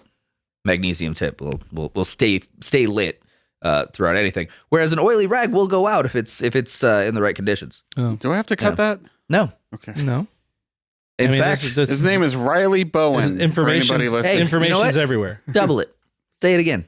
I would prefer, if you ever are to throw a Molotov, to not do it in anger, but in cool, level-headed revenge. Okay. Also, if nothing else, just throw a water bottle full of gasoline. They'll get the point. So by the time 1923 comes and the Civil War is done, right, the remaining members of the IRA really focus on the border of Northern Ireland, because even though they had to concede the war, at least most of Ireland is a free state within the empire, which is at least a tiny step closer to full independence, right? But in the north, we've got all these British loyalists fucking shit up for this solid amount of nationalists that are still on the other side of this, like I said, this arbitrary new border, right? Make no mistake, they still 100% want to get rid of they want to get rid of Northern Ireland, but they haven't forgotten about this whole free state bullshit, and they're not down with that either. They want a unified entire island, Republic of Ireland, no England whatsoever. This is all us. These are all our people. Mm-hmm. Fuck off, right? But priority-wise, they're focused on these 6 counties in the north and this unionist government controlling it in the name of whatever. So, by the way, in 1922, the Northern Ireland government passes a Special Powers Act that allows that trial by jury could be superseded, inquests abolished, curfews imposed, organizations, meetings, and newspapers could be banned, and the death penalty and flogging could be imposed for the possession of arms. Flogging. Public flogging. Yeah, that'll quell the rebellion. They always think that'll quell the rebellion. Like, if you ever think about fucking like dickheads in power, stuff like that, it's always like, oh, well, if we cut their heads off in public, like, dude, that's the like, one thing that would make me want to kill you more. Well, here's my take, right? If you have a majority in a government and you have, I guess you can never avoid it completely, but when you have a lot of people marching in the streets, a lot of people critical of you, you're not doing something right. Yeah. You're already not doing something right. In what world do you think, well, they're already mad because they feel subjugated, so let's subjugate them a little bit more and then that'll end it? That's the cycle of power. That's the disconnect. Right. You've now given them less the psychological effect, actually going back to our friend Wilhelm Reich, big cum guy, remember from he was a big cum guy. Yeah. Wilhelm Reich wrote The Mass Psychology of Fascism. Yeah. And in that, he speaks very specifically that the head of a fascist state often can't understand why somebody would continue to fight when such scary things have been done, right, because they themselves are cowards. Right, because it's all projection. Yeah. It's all projection. Like when you're a wealthy, protected, powerful dickhead, you think that, well, I mean, I guess if they cut off my dad's head in front of me, I'd probably not want to do this anymore. Whereas any logical thinking human being knows you have to kill the all kids. You've done, you either have to kill the kids or you've just made a whole new generation of people. Even worse, even angrier. Right. You're just perpetuating the cycle. When we were talking about the British monarchy, right? Robert the Bruce and the Bruce's Rebellion, right? That was fueled very strongly by the public execution of William Wallace. Right. The Bruce's Rebellion probably wouldn't have happened without that spark. Right. You know? It's a good thing nothing like that happens anymore. People aren't shot in the streets or anything like that. I haven't seen a public execution in days. Yeah. Everything's all right now. I did, however, this morning see a video of a dead child, which is great. That's fun. Let's not do that. This is bad enough as it is. And it's fucking 100 and something years ago. Yeah, it was 6 a.m. It's fine. So like I said, they passed this Special Powers Act that is all this shit. We can jail you. We can supersede a jury and a trial. We can impose curfews. We can say any organizations, any meetings, any newspapers, no more. If it's bad enough, we can kill you or flog you in public. Also, the Home Affairs Minister was empowered to make any regulation he felt necessary to preserve law and order in Northern Ireland. And anybody who broke any of these regulations could be sentenced to up to a year in prison with hard labor. And in the case of some crimes, like I said, flogging publicly. I mean, think about this. Hey, joke's on them. I'll flog myself publicly. This act isn't repealed, by the way. So this goes into effect in, what did I say, 22? 23. 23.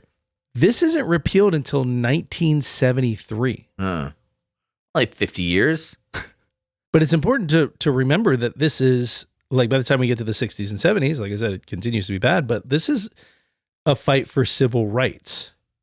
So also in 1922, the Loyalist government in Northern Ireland redraws electoral maps, abolishes things like proportional representation versus first past the post. So the difference between the representation is like proportional representation means, and it's more elaborate than this, but very simple.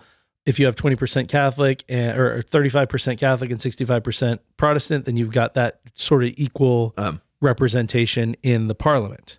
They change it to what's called first past the post representation, which is what we do here, which is the first person to get the most votes or hit that threshold or whatever.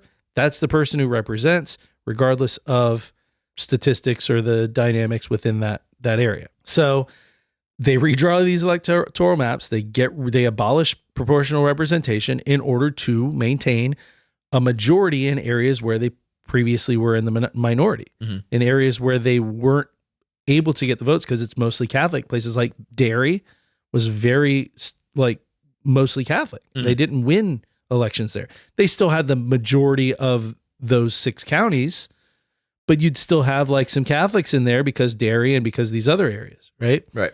So they get rid of that. Now they start winning in Derry where it's largely Catholic because they've gerrymandered shit. Yeah, that's how they do it. That's gerrymandering. Yeah. So I'm glad they don't do that anymore. You know, the thing that scared the Unionists the most was the potential for nationalists to get any semblance of power whatsoever or any representation and politically force Northern Ireland to sever ties with England. I would have thought being in Ireland, what would scare them most would be snakes. No, those are all gone. Exactly. So when they're like, fuck, snakes. See last year. They don't have any immunity to that. You have it built up. So the fact that Catholic families tended to be larger than their Protestant counterparts and that Catholics tended to favor a unified Ireland meant that the government gave preferential treatment to Unionists by way of laws that gave them the best land, the best homes, the best employment, everything. So they wrote laws for all this shit. Right. To just keep pushing the thumb down. And that's where the civil rights shit starts coming in. By the way, there are Unionists in the government at the time saying, hey, like if you keep doing this shit to the Catholics, you're only ultimately going to make Northern Ireland more unstable. Like you can't keep passing these fucking laws and keep pushing these people into submission. They're not going to submit. So now we're going to fast forward a few decades to the 1960s. That was literally everything up to this point was all background to start talking about the conflict known as the Troubles, quote unquote. By the way, don't go thinking that the 4 decades we just skipped were all copacetic. There were plenty of riots and murder. We just have all the pertinent background by the early 20s, right? Just think of a continuing cycle of horrifying abuse, public flogging, murder, bombing. Yeah, we've got to jump into this before this turns into an episode of Hardcore History with dicks. I'm not sure. Hardcore history. I'm not sure if we say dicks. I'm not sure if I'm talking about the dick jokes or if I'm calling us dicks, or probably both. It can be two things. It's fine. Yeah, whichever. It's called a double entendre. Hardcore dickstery. It's dicks. It's history. It's hardcore dickstery. Okay. Are we up for a rebrand? Yeah, that's good. That's good. So in 1966, in the months of it, I can't get a. That wasn't bad. That's okay. So in 1966, in the months of March and April, there are parades and marches around all of Ireland to commemorate the 50th anniversary of the Easter Rising in April of 1916, right? We're 50 years out. These are obviously Irish nationalists who are attending and organizing these marches and parades. On March 8th, a group of nationalists blow up Nelson's Pillar, which is a big-ass pillar in Dublin that's a holdover from when Ireland was under British control. Right. It was built in the early 1800s. Big symbolic bombing. Yeah, by this point, Ireland is its own nation since 1949. They've achieved their independence. They are the Republic of Ireland in 1949. So this is all happening mainly in and around Dublin, not even really in Northern Ireland. And this was like 100% not a sanctioned IRA thing. This is like a splinter cell. They're not really, the IRA is really not the same militant political group anymore. They're certainly not organizing shit like this. And if they were, it wouldn't be in Dublin, where people are already we've already got our independence down here. Yeah, we're doing parades here. Yeah. In spite of all that, the Unionists in the North are freaking the fuck out. You know, they think the IRA is about to redouble its efforts in Northern Ireland and shit's going to start popping off again. They're redoubling their efforts. And one of the people whipping them into this frenzy is a guy named Ian Paisley. Mm-hmm.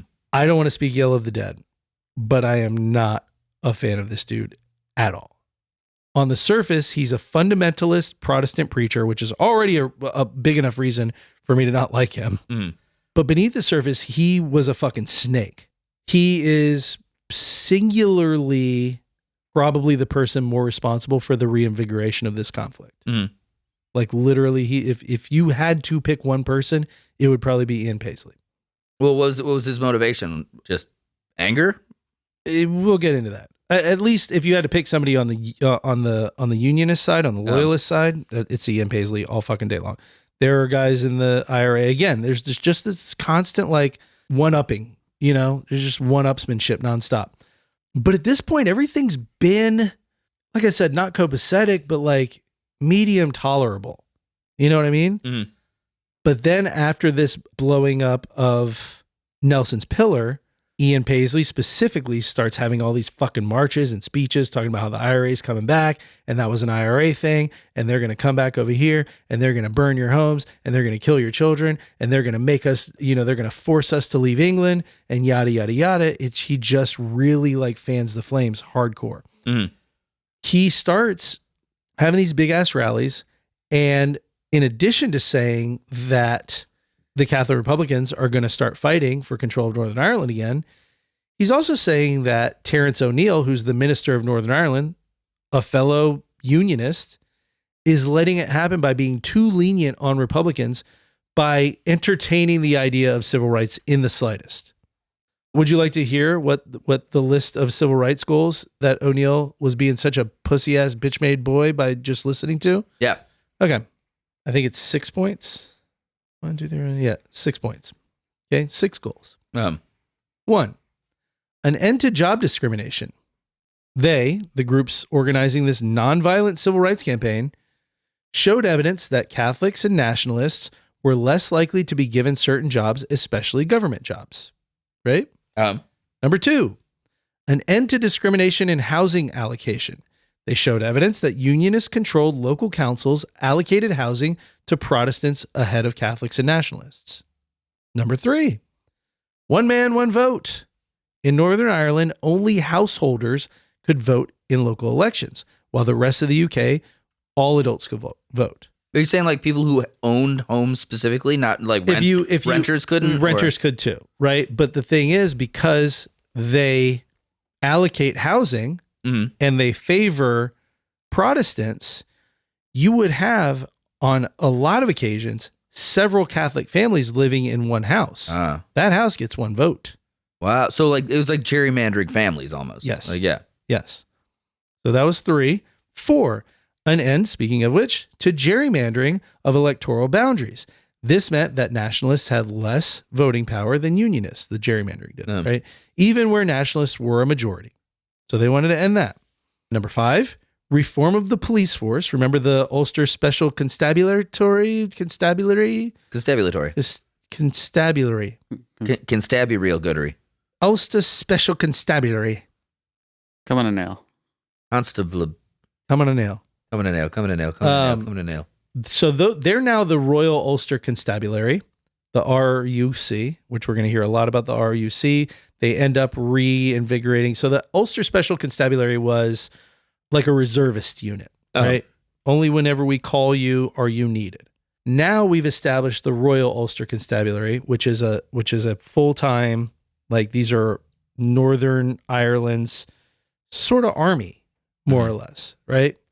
So a lot more official. So they want, this is their 5th point, reform of the police force. It was over 90% Protestant and criticized for a lot of sectarianism and police brutality.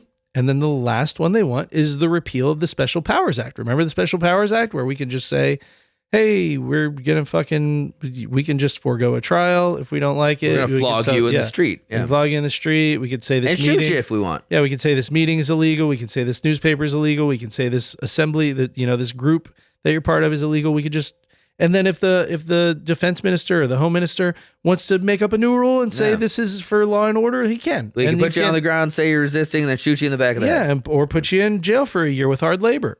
So they want a repeal of that because that Special Powers Act allowed police to search without a warrant, arrest and imprison people without a charge or trial, ban any assemblies, any parades, ban any publications. Parades. And it was used almost exclusively against nationalists. What did they have to say by design? That was the whole reason they did it. What do they have to say about Lucky Charms? There is no way you're going to get me to say that in an Irish accent. I'll say they're magically delicious. Okay. God, I want to say Don't do it. No. Fuck. I really just wanted you to say like they were against them, and I was going to say, fuck them. Keep your hands off of my goddamn Lucky Charms. Fucking leave my yellow horseshoes alone, you cocksucker.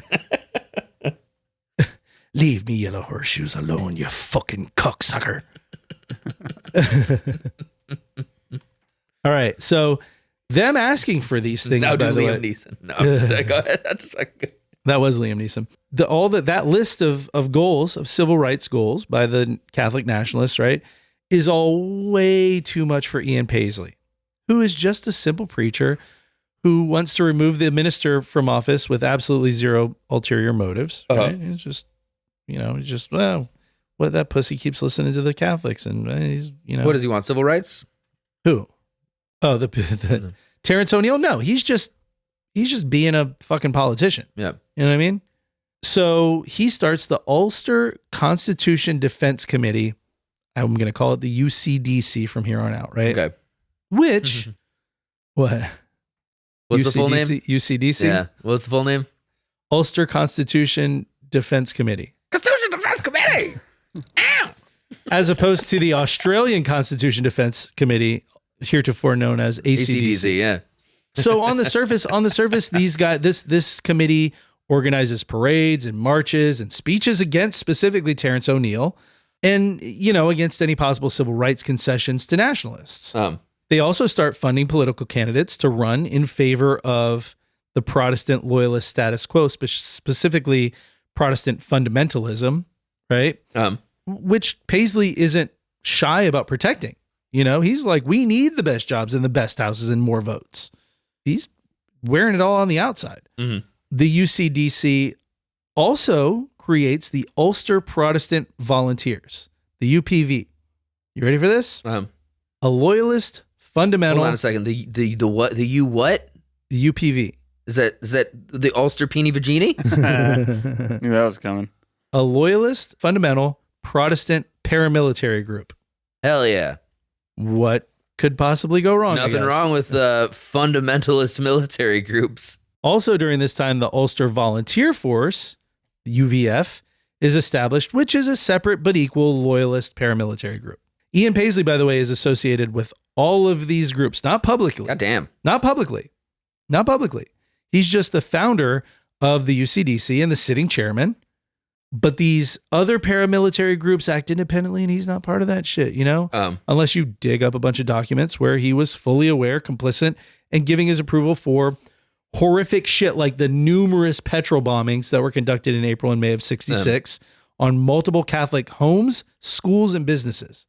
And these are two groups with like several members in common. So at this point, we're talking about the divisions inherent in like this post-Civil War Ireland have now made themselves very specifically. This is the Protestant versus Catholic. This is Protestant versus Catholic. So all of the sectarian violence beforehand has led it up to this point where now you have like a combative, embroiled public. And a lot of people like to boil it down to a religious thing and a sectarian thing. And it really wasn't. I mean, it was more unionist versus nationalist because there were Protestants who were nationalists. There were Protestants who were like, yeah, fuck England. But when you get somebody like Ian Paisley, like fanning the flames, like you were saying, especially somebody wearing a collar, like a fucking a preacher. Oh yeah. No, fanning the flames. Lots of videos of him walking the streets and doing fucking speeches on stages that's in his garb. To make political stands like that wearing particularly religious garb is to give yourself the mandate of heaven. Like that is the iconography, that is the movement of that. Mao Zedong did a lot of that. Mm-hmm. You know, like that's a very well known like street preacher turned fucking political firebrand. Exactly. Yeah. That's a very well known iconography. And 100%. And for him to do that and then incite violence against another religion that has already been on the receiving end of a lot of sectarian violence. And they're bombing schools. Exactly. Why we don't do that anymore. Oh, yeah, right. Yeah. That's just like... And all I've had to say this episode. Anybody listening, you want to guess when we recorded this? But like just that becomes such an interesting and horrific like part of the culture at that point, because everything that we just talked about brings you to an Ireland that is mostly divided in political terms, but it's so easy to take that division of politics and spin it into something religious or ethnic. Well, and this is him, you know, like I said, right now the IRA doesn't exist really anymore in this like hardcore like paramilitary, we got to take it sort of realm anymore. So not to say there wasn't shit like flash in the pan shit popping off. There is, right? And with the bombing of that pillar, like I said, that was in fucking Dublin. Right. But this guy is literally, he's taking all this shit. He's saying it's the IRA. They're back. They're going to do some shit. And Terrence O'Neill, our fucking minister, isn't doing enough. And so it's like a two-headed serpent, right? And it's control through fear. Right, which we all know is a really effective way to fucking control possibly people. The most effective. Fear and hunger are pretty much the... He founded the UCDC, which then funded the UPV, the Ulster Protestant Volunteers. Then you have this other UVF, the Ulster Volunteer Force. Those two are paramilitary groups. Right. And then later you get the UCB comedy group. Violent paramilitary groups, right? They share a lot of members in common because, hey, man, if UPV isn't doing anything today, let's see what fucking UVF is doing. Also, like, you gotta figure like somebody's got to be bombing something.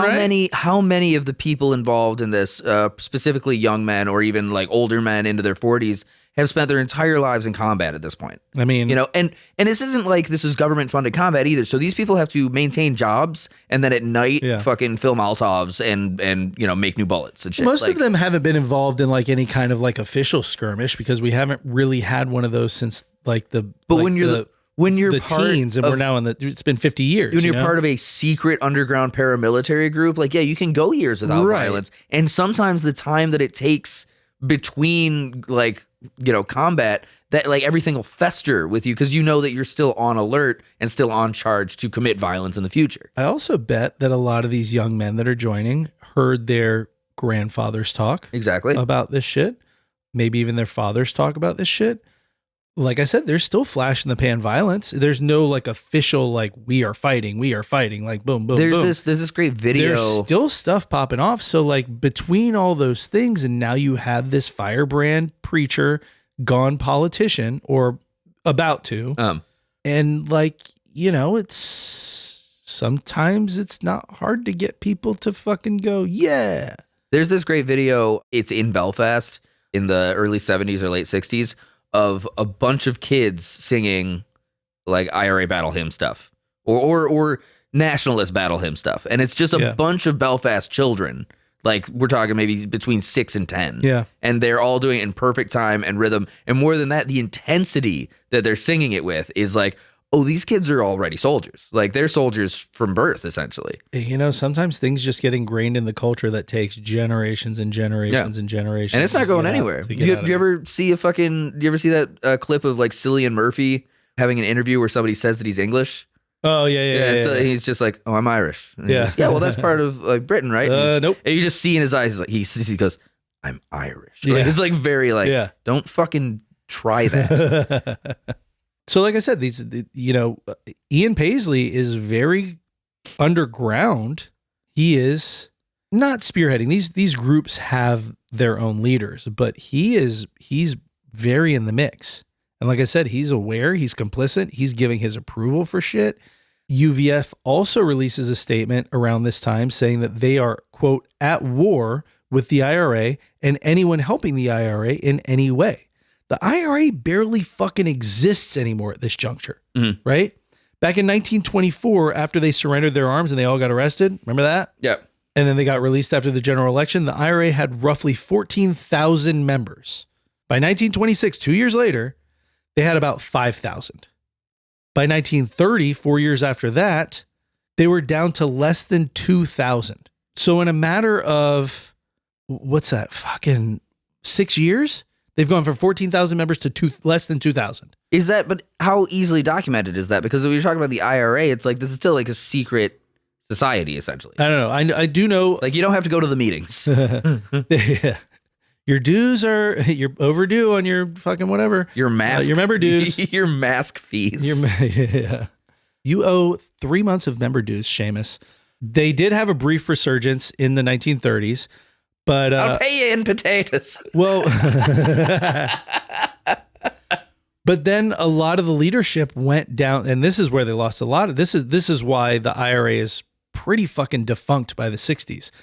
In the 30s, a lot of the IRA membership, or leadership rather, went down a whole like pro-fascist, the Germans are doing some good work over there type shit. They went through that whole phase, and that lost them a lot of members. Yeah. So they still exist. They even tried some border fuckery in the 50s. They did some shit. You know, they still ship arms around. They talk about doing a lot of things that they don't ever do, right? But they're hardly an enemy worth fomenting this big fucking fever pitch bullshit like, oh, they're back, right. You know? It's like a specter that you can toss around at a moment's notice, you know? But either way, the UVF announces that they're at war with them, which, let's be honest, means Catholics who want civil rights, Catholic nationals who want civil rights. They're helping the IRA. We're at war with them too, right? So by 1968, by the way, also keep in mind that all that shit is happening in 66. What was happening in America, civil rights wise? 1960, it was free love, baby. Everybody was just yorking their hogs. But we're not shaving our bushes anymore. We just had years of civil rights, nonviolent civil rights marches, and a Civil Rights Act signed 2 years ago. You know? So by 1968, the civil rights movement... Sped along, might I say, by another form of firebrand preacher. Yeah. That did not use his collar for political purposes. Right? So by 1968, the civil rights movement has been chugging along for years. There are marches, there are fights, there are attacks from members of the UPV and the UVF. There's a lot of the Royal Ulster Constabulary in the mix here. which, like I said, that's the USC that kind of evolved into this like full-time military force, government military force. And the RUC is not really doing shit about it, which to the Catholics who are non-violently marching for civil rights and getting their fucking heads busted with rocks, it looks an awful lot like the almost entirely Protestant military police are sort of siding with the loyalists and turning a blind eye to these attacks that are happening. Particularly in October of 1968, when a bunch of people show up in Derry to a march that the Northern Ireland government said was banned. They were like, no, we get to do that. Yeah. You know? That's the thing about a march. Right. You don't get to ban it. It's a fucking protest. Right. So these folks showed up anyway. They marched anyway. The RUC shows up and surrounds the marchers. Again, these are government. This is the government's military force. Yeah, government goons. We met fucking thugs, or what did I say last time? Say goons? Something like that, yeah. Dickheads. Right. Also works. Fascist pig fuckers. The RUC, yeah. the RUC shows up and surrounds the marchers. They try to block their path, but the marchers just sort of sidestep and keep marching, or push through and like, no, we're fucking marching. So the RUC just start beating the shit out of the marchers. Yep. And there are videos of this, and it's just guys with helmets and batons knocking people over, beating them, dragging them away from the march, beating them more if they struggle. I mean, there's people with just fucking blood pouring down their faces. It's not a good look, regardless of how you feel about any of this.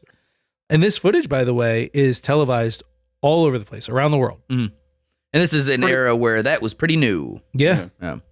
68. This is in 68. And you know what I'm going to say? Oh, yeah. I'm glad we don't do that anymore. Yeah. Glad I haven't seen anything like that today. Nope. Throughout Ireland, nationalists lose their minds. Catholics in general worldwide were appalled. They're like, hey, that's our thing.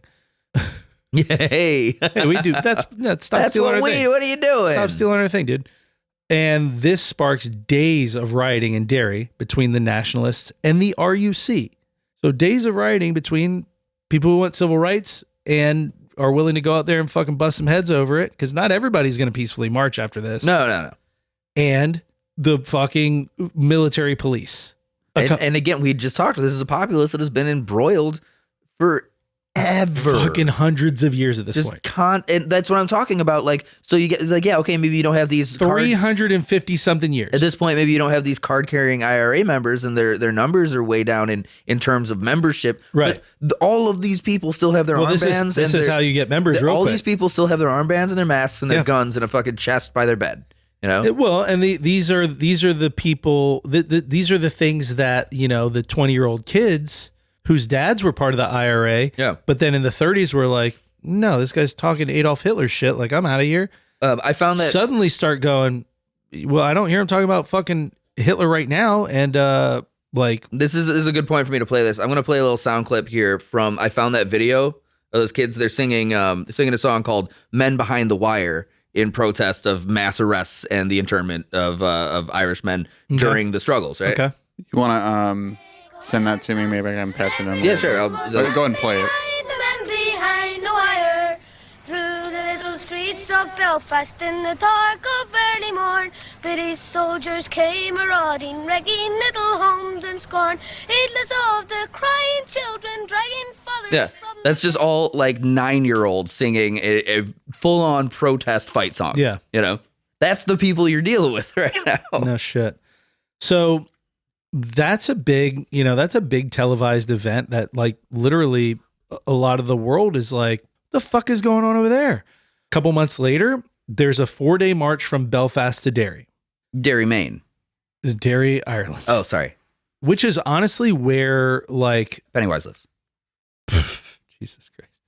It's where a lot of the worst, I'd say Derry over Belfast, specifically one neighborhood in Derry in particular, some of the really like most horrific shit during this era happens in Derry. Yeah. Kids go missing. They find them in the sewers. So they're marching from Belfast to Derry, and loyalists plan. He's not having that one. Sorry. No, I'm pushing through.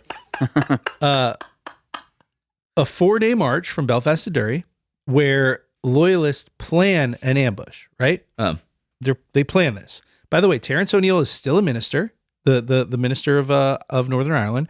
And in light of the events of that October march a couple months ago, where the shit popped off and it was all televised, he is like, okay, look, I won't ban this one, but I'm also going to implore you, like, just not to protest for a little bit, please. Right? To which anyone with a fucking ounce of passion or conviction in this world is going to respond, fuck you. Yeah. Get your house in order. We're just marching, brother. Eat my ass. I'm taking a walk. Yeah. If your boys don't know how to act and embarrass you on an international scale, that's on you, Mr. Minister. Hand him a little slip of paper. He unrolls it. What's it say? Get fucked. Yeah. Fuck off, you cunt. Yeah.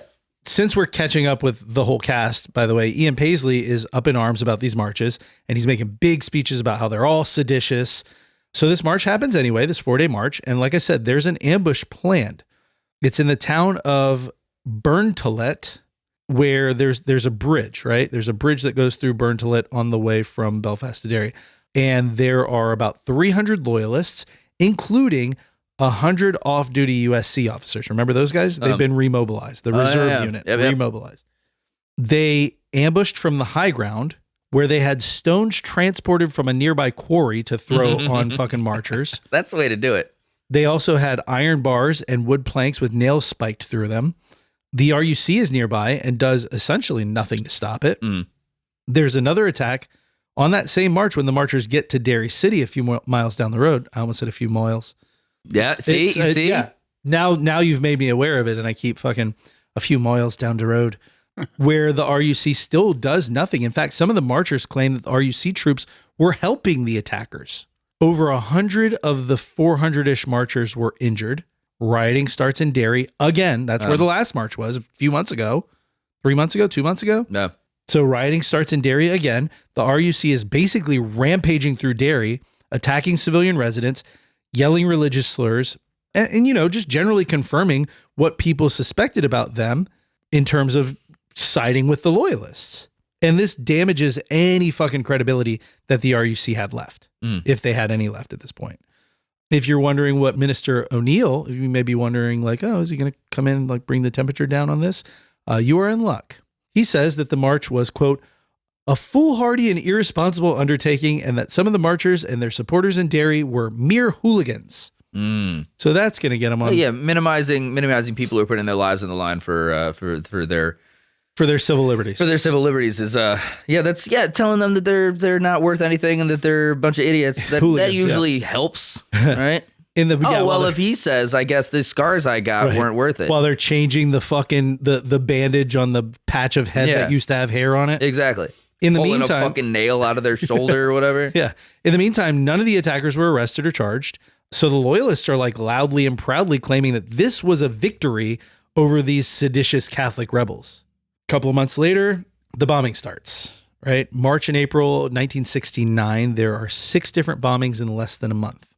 Water and electricity infrastructure is all bombed and blamed on the IRA, despite the fact that definitely some and probably all of them were UVF, and Ian Paisley has got his hands all up in these bombings, which serves a couple of purposes for Ian Paisley. For one, it's driving up IRA membership, which is going to get him the war that he wants. Yeah, membership fees alone. Secondly, $22 a month.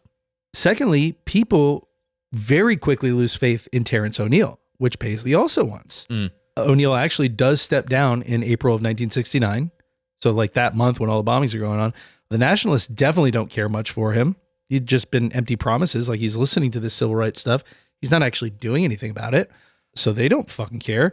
And now he's lost the support of the loyalists because everybody listening to Ian Paisley is listening to him go, those bombs, that's the IRA. That's the IRA. Even though the fucking UVF was doing it.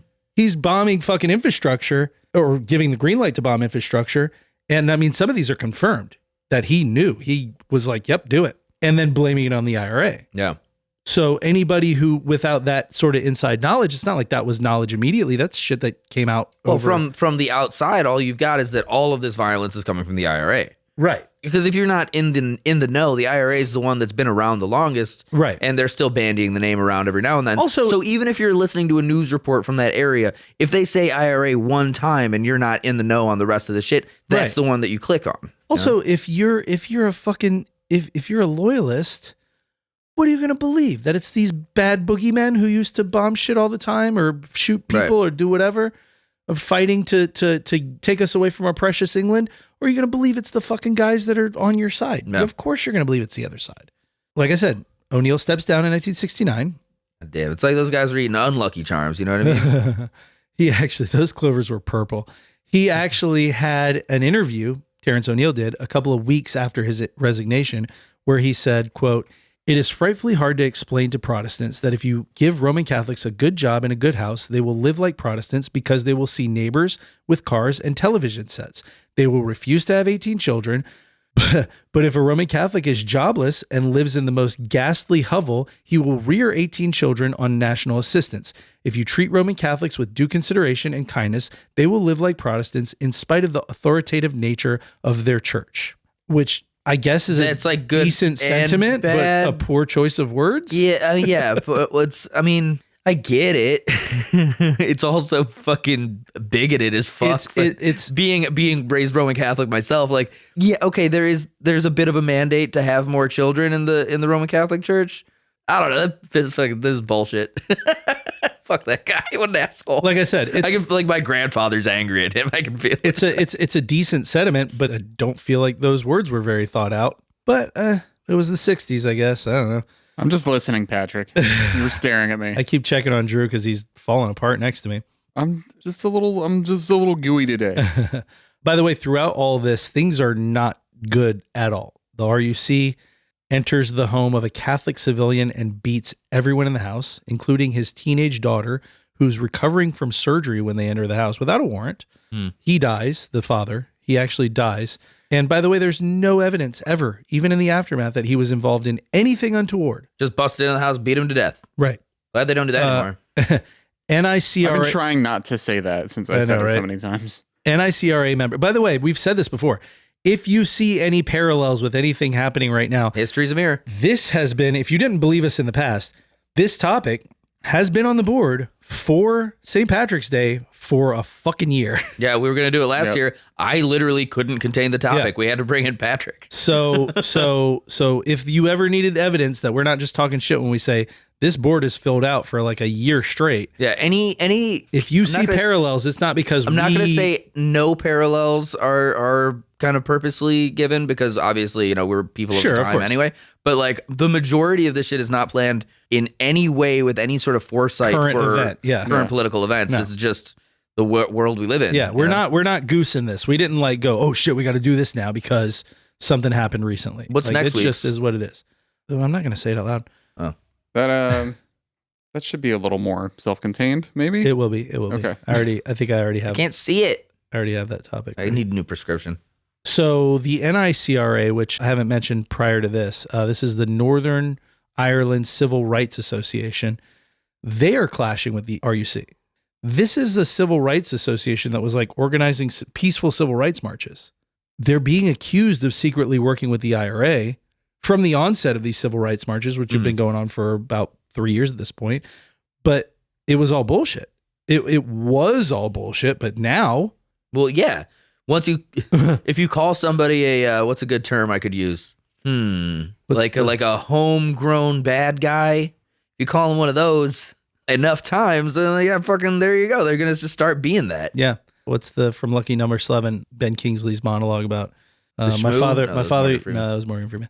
My father used to always say, if someone calls you a horse, you punch him in the nose. If they call you a horse a second time, something. Then if you say it the third time, you go get fitted for a bridle. Yeah, get fitted for a saddle. Yeah. So, you know, you keep saying these guys are IRA. These guys are IRA. Eventually, they're going to start going, well, fuck. Might as well. Yeah. If I'm already being treated like that, you know, fuck. It's like if you're in a relationship and you come home every day and you get accused of cheating, you know, you're having the argument already. After so many of these arguments, fuck, might as well. Hey, Confucius say, man too often in doghouse, soon found in cat house. He did not say that. I think that applies to this very It content. sure though. does. It sure does. So they're fighting in the streets, the RUC and this Northern Ireland Civil Rights Association. And a lot of people are just fully jumping ship on this peaceful civil rights thing. They still want the civil rights, but the whole peaceful part, they're like, we tried to do it the way the Americans did it, and they dealt with some bullshit, but like, what the fuck, man? Yeah, right? The RUC beats another Catholic civilian, a 67-year-old man, horribly. He dies of his injuries. The first guy died of a heart attack. Yeah, they just beating people to death. Yeah, literally. It's civilians. That's the part it's not like you caught somebody in the act of doing something. Even then, you are still part of a government agency. There are rules, man. You fucking arrest that person, bring them up on charges, have a trial, yada, yada, yada. That's how we do it. Especially like in 1969, there's no excuse. Maybe if it was fucking 1669, I'd say, well, yeah, rules were different. But this guy, like I said, he dies of his injuries. The first guy that they went into the house and they beat the daughters and they beat one of his friends and they beat him. He died, I think a couple weeks later, he had a heart attack. But this guy actually died. The second guy, the 67-year-old, dies due to his injuries. Bogside, which is, I didn't say the name earlier, but this is the neighborhood in Derry where like just all the bad shit happened in Bogside. It is a mostly Catholic nationalist neighborhood in Derry. The residents blockade it. They fucking put like barbed wire fences and block the streets and say, this is a fucking no-go zone. Like to keep the RUC out because so many attacks and fires in their neighborhood. So the RUC ups the ante and starts using gas canisters and water cannons and fucking armored trucks with roof-mounted like Browning machine guns. Like I'm sure you've seen those, right? Those little Jeep-looking trucks. Yeah, like anti-personnel ass fucking. Yeah. In one instance, they roll into a Catholic district in Belfast in their armored trucks because there were reports of 30 or so quote-unquote IRA members fighting in the streets. And they're out there fighting because the RUC isn't solo in all this. It's just more egregious because they're government employees and they're tasked with keeping the peace. But loyalists are also marching through nationalist districts and burning homes and buildings and shit like that on the regular. So these guys, this is happening in a Catholic neighborhood. That's been a Catholic neighborhood for a long time. No. So the RUC hears that these 30 or so IRA members, again, I'm using quotes, are fighting in the streets and they come into this neighborhood. They just fucking open fire with those roof-mounted Brownings. Oh, goddamn. Yeah, big parallels to some other stuff we've talked about, yeah. One bullet, well, probably several bullets, but one bullet in particular passed through two walls of a home and hits a 9-year-old boy asleep in his bed in the fucking head, shot dead. Jesus Christ, bro. Yeah. This is all within a year. This is all happening within 1 year. Yeah. This is all in 1969. And like, these aren't isolated incidents. There's more stuff, but like all of this and more happens from like August 68 to August 69 when England is finally like no more and they send in troops. And I want to say I'm probably accurate. I'm speculating here, but Irish nationalists have probably never been more happy to see Brits marching on their streets. Right. Because England says enough is enough. They send the English military down there. As far as they're concerned, the RUC, the UVF, and the UPV are all in cahoots, and the nationalists are saying that's not the British. They're not going to say that for a long time. But yeah, as far as the nationalists are concerned, the RUC, the UFV, the UVF, the UPV are all in cahoots, and they're basically all cahooted to beat, maim, and in some cases kill nationalists.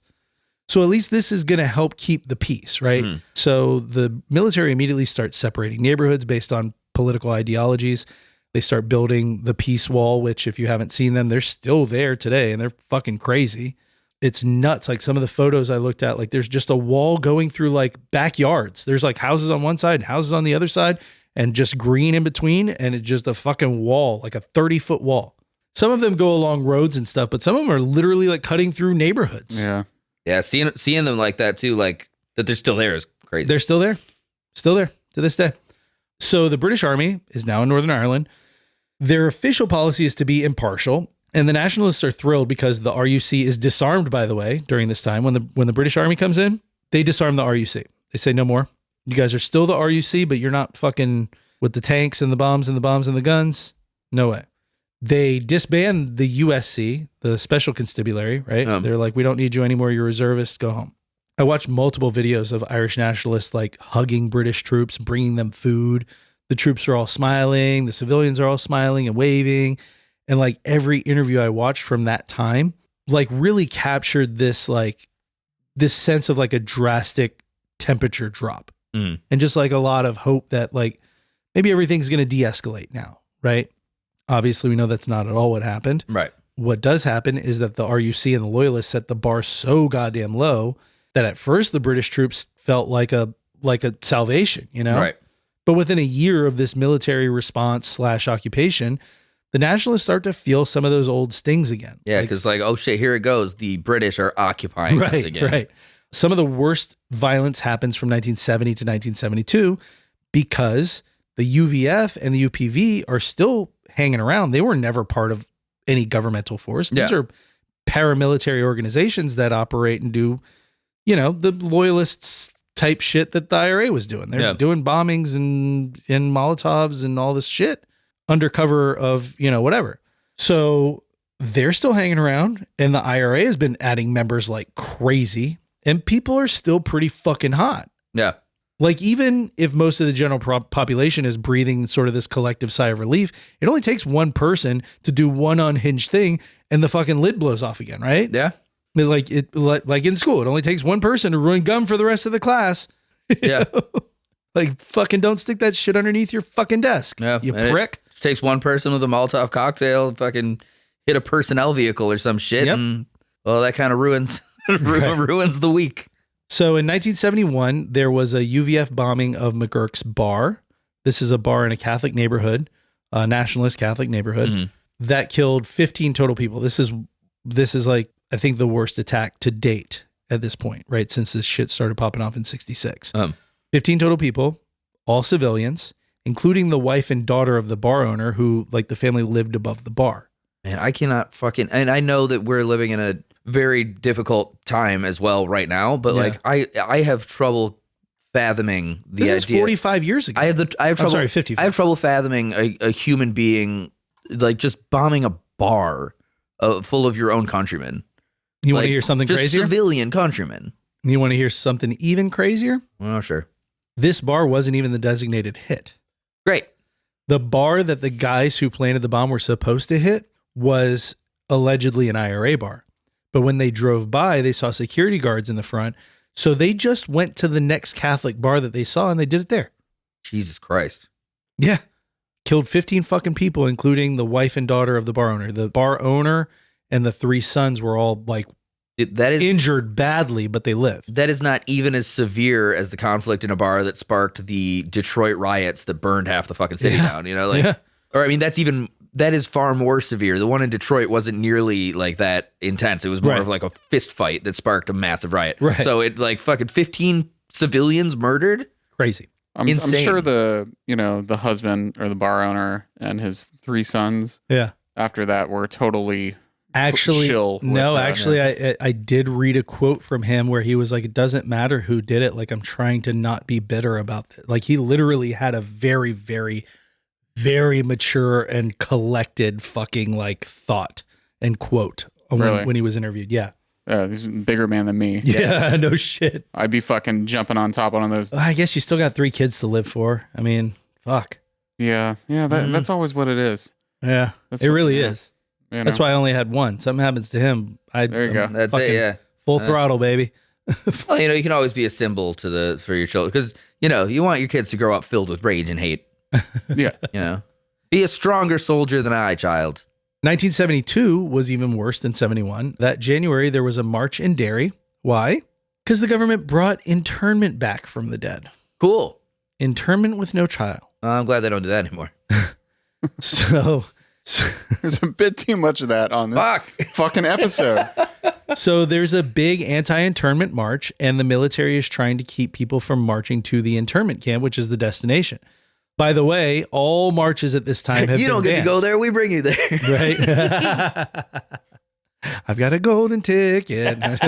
By the way, all marches at this time have been banned as well, right? So the marchers are not into any of that, and they get agitated. They start yelling at soldiers that are barricading the streets. Eventually, some kids start throwing rocks at soldiers, and, the shit pops off. The soldiers fire rubber bullets into the crowd to disperse them. By the way, the British military first to use rubber bullets. Rubber bullets were literally invented the year before this and first used in this fucking conflict. Good for them. Yeah. Also, lots of people died because rubber bullets at close range. Yeah, rubber bullets at close range kill just as well as anything. Exactly. Yeah. Exactly. Meant to bounce off the ground. I don't know if anyone knows that. You're supposed to bounce them off of things. Yeah. So I venture to say most police do not know that. They apparently do not. I have never seen a Or they single don't care. video of anyone bouncing that shit off the ground. Seen lots of people getting hit I in the don't head think with them. we don't do rubber bullets anymore. We do the bean bags now. Yeah. We still have like refractionary ballistic Yeah, I rounds know. or whatever. We do the beanbags now, filled with glass marbles. The soldiers fire rubber bullets into the crowd to disperse them. They use batons to beat people. This is all televised again. I think they call them peace sticks. And now. the footage looks just like that RUC footage that I told you about earlier in Derry also. Like, some of the soldiers are literally grabbing fellow soldiers like, hey man, like, stop. Like, can't beat him anymore. He's fucking beat. Yeah. So the march organizers say, you know what? Let's try again in 12 days, right? Not this Sunday, but next Sunday. Sunday, January 30th, 1972. There's a name for it. Bloody Sunday. Yeah. Sunday, Bloody Sunday, I believe. I have an article published from the following day. This is from I don't know. I didn't write it down. Where is it? The Belfast. No, this is from the New York Times. Ah. This is the New York Times archive. So I'm going to read this in its entirety. The Bloody Sunday that claimed the lives of 13 young men in Londonderry was precisely, I'm not going to say Londonderry, Derry. Yeah. The English call it Londonderry. The Irish call it Derry. Claimed the lives of 13 young men in Londonderry was precisely what the Catholic primate of all Ireland, I think that might be Prime Minister. The Catholic primate of all Ireland called it an awful slaughter. It was the worst toll for one day in any city of Northern Ireland since the violence began. The British government has properly pledged an independent inquiry into the tragedy. In the light of the fact that all dead and nearly all wounded were civilians, the investigation inevitably will have to look closely at the conduct of the paratroops involved in the affair. Yet even the brief clips of the Catholic demonstration shown on American television prove beyond doubt that the provocation for the troops was deliberate and great. The demonstration itself was a self-advertised exercise in civil disobedience, a calculated violation of the ban on all parades ordered 2 weeks ago by the Stormont government. The ban was aimed primarily not at the Catholic minority, but at the July marches of the Orange Lodges, and was bitterly resisted by the Protestant extremists. The Orange Lodges are all Protestant groups. All the orange-related shit is Protestant. Back to that Williamite war in the late 1600s, the one between James and William and the overthrowing of the throne and all that shit. Yeah, they're bringing it right back to the beginning, yeah. William was William the Orange from the Netherlands. And he was Protestant, and that's when the last Catholic, James was the last Catholic monarch. And so all these orange, there's like a bunch of fucking orange shit that's iconography, yeah. Having barred the orange parades in advance in courageous move to head off a worse crisis, Prime Minister Faulkner was bound to bar the Catholics. He had been warned that the Reverend Ian Paisley and his fanatical followers tried to halt the march in Derry if the army failed to do so. The parade organizers thus deliberately embarked on provocation, a Catholic member of the Stormont Parliament telling a reporter, "We hope to go to jail." In other circumstances, the loss of 13 young lives might have the effect of sobering both sides and opening possibilities for negotiation. But Ulster's crisis appears intractable.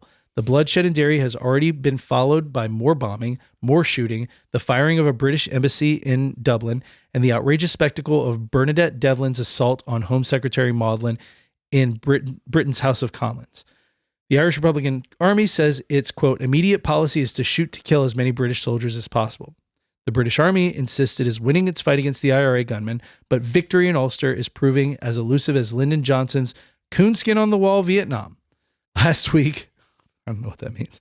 Last week, Minister Lynch of the Irish Republic was reportedly urging leaders of the Social Democratic and Labour Party who speak for many Ulster Catholics to compromise their demand for an end to internment as a condition for negotiations. Yesterday, after the Derry affair, Mr. Lynch recalled his ambassador from London. To many, it may be rank injustice if Britain were now to dissolve a Stormont government that has enacted so many of the reforms demanded by Ulster Catholics and resume direct rule from Westminster. Yet the ultimate responsibility for Northern Ireland has always rested with Westminster, and this drastic action, with all the hazards it entails, may be the only way to halt the killing and build conditions for serious negotiations among all parties involved about the future of the ill-starred province. This, like I said, is the event known as Bloody Sunday, and it's a lot. This is the powder keg finally exploding. And what year is this? 1972. 72. Yeah. Without going into every detail of the event, because we could and probably should have just done a full episode on this day. Mm-hmm. But I mean, there still would have been a ton of background to make it make sense. So crazy. It's only 11 years after this that U2 releases their single Sunday Bloody Sunday on their album War. And I was born 9 years after this. So basically, without going into the like every little nitpicky detail of what happened, some rioters broke off from the main peaceful march, right? And they went to one particular barricade where a bunch of soldiers had the roads barricaded, and they started yelling and throwing rocks and shit like that, right? The troops were told by command to hold that line and keep the peace there, but they were also specifically told not to chase rioters down a specific path, because then they'd be intermingling with the peaceful marchers. Right. Soldiers did that anyway. Shooting rubber bullets, throwing gas canisters, hitting people with rifle butts. I mean, you've got thousands of people marching. Right. That literal thousands of people. And so, like I said, command said, look, keep the peace here, hold this line. If they run this way, don't follow them, because that's where the march is. There was like a big square, like a big park. And so they were like, once the people intermingle, you're not going to find them. They're going to be in these thousands of people. They went anyway, shooting rubber bullets, throwing gas canisters, hitting people with rifle butts and batons. Eventually, some of the troops switched to live ammunition, and 13 people were killed, almost all of them teenaged in early 20s. 7 of them were shot from behind. 4 of them were shot attempting to help others who were shot. 1 guy was shot and killed while attempting to crawl to safety. Do you want me to just run through all these real quick? We're almost at the end here. Sure. John Jackie Duddy, age 17, shot as he ran away from soldiers in the car park of Rossville Flats. The bullet struck him in the shoulder and entered his chest. 3 witnesses said they saw a paratrooper. All of these soldiers that were involved have been identified, all redacted. So probably soldier R, take deliberate aim at the youth as he ran. He was the first fatality on Bloody Sunday, concluded that he was unarmed. Right. I actually saw an interview with a priest that was like running side by side with him, who was marching. And he was running next to the kid, and he heard the kid fall and turn around. He was like, and like this guy's like on the verge of tears in this interview, because he's like, he was just running. And then, he was a boy. He was 15, he's 17, but the priest didn't know him. He was like, he's probably 15 years old, Michael Kelly, age 17, shot in the stomach while standing at a rubble barricade on Rossville Street. Probably soldier F who shot him. Hugh Gilmore, age 17, so with 3 17s in a row, shot as he ran away from soldiers near the rubble barricade. The bullet went through his left elbow and entered his chest. Concluded that Private U shot Gilmore. William Stiff Nash, his nickname's Stiff. Good nickname. Not when you're dead. Not when you're dead, guy. It was a good nickname before that. For the 19 years he lived, yeah. Shot in the chest at the same rubble barricade. 3 people were shot while apparently going to Stiff's aid, right? Including Alexander Nash, who was wounded. I think that was his brother who was wounded. Nash and the next 2 victims were shot toward the western side of the rubble barricade. Soldier P responsible for at least 3 of these events. Yada, yada, yada. John Young, age 17. So we haven't had anybody that's not a teenager at this point. Shot in the face at the rubble barricade, apparently while crouching and going to the aid of William Nash. Michael McDade, age 20, shot in the face at the rubble barricade, apparently while crouching and going to the aid of William Nash. Kevin McElhenney, age 17, shot from behind near the rubble barricade while attempting to crawl to safety. James Ray, age 22, shot in the back while running away from soldiers in Glenfada Park courtyard. He was then shot in the back as he lay mortally wounded on the ground. Witnesses who were not called to the tribunal stated that Ray was calling out that he could not move his legs before he was shot for the second time. William McKinney, age 26, shot in the back as he attempted to flee through Glenfada Park courtyard. Soldier F or Soldier H. Gerald McKinney, age 35, shot in the chest at Abbey Park. The soldier, identified as Private G, ran through an alleyway from Glenfada Park and shot him from a few yards away. Witnesses say that when they saw the soldier, McKinney stopped and held up his arms, shouting, don't shoot, before being shot. The bullet went through his body and struck our next guy, Gerald Donaghy, age 17, shot in the stomach at Abbey Park while standing behind Gerald McKinney. Both were apparently struck by the same bullet. Bystanders brought Donaghy to a nearby house. A doctor examined him and his pockets were searched for identification. 2 bystanders then attempted to drive Donaghy to a hospital, but the car was stopped at a British Army checkpoint. They were ordered to leave the car, and a soldier drove it to a regimental aid post where the Army medical officer pronounced Donaghy dead. Shortly afterwards, security forces found 4 nail bombs in his pockets. None of the civilians who searched him, the soldier who drove him to the Army post, and the Army medical officer said that they saw any bombs on Donaghy's person. This led to claims that soldiers had planted bombs on the youth to justify the killings. Yeah, you think? 3 more left. Patrick Doherty, age 31, shot from behind while attempting to crawl to safety in the forecourt of Rossville Flats. Shot by Soldier F, who came out of Glenfada Park. Doherty was photographed moments before and after he died by French journalist Gilles Perez. Testimony from Soldier F, he shot the man holding a pistol. The inquiry found the photographs show he was unarmed. Forensic tests on his hands for gunshot residue proved negative. Bernard Barney McGugan, age 41, shot in the back of the head when he walked out from cover to help Patrick Doherty, the guy that we just named. He had been waving a white handkerchief to indicate his peaceful intentions, where he concluded that he was shot by Soldier F. And lastly, John Johnston, age 59, shot in the leg and left shoulder on William Street 15 minutes before the rest of the shooting started. 15 minutes before. Johnston was not in the march, but on his way to visit a friend in Glenfada Park. He died on the 16th of June. His death was attributed to the injuries he received on this day. He was the only fatality to not die immediately or soon after being shot. That paints a pretty fucking vivid picture of chaos and violence. Fuck. Well, the soldiers' version of events was that they had to fire back at IRA members and nationalists that had started a gun and bomb battle with them. But there was not a single soldier shot or injured by a bomb. There was not a single bullet or bomb evidence recovered from the scene. There was lots of footage, and none of it showed a firefight. And so it looks a lot like straight up murder. Yeah, straight massacre.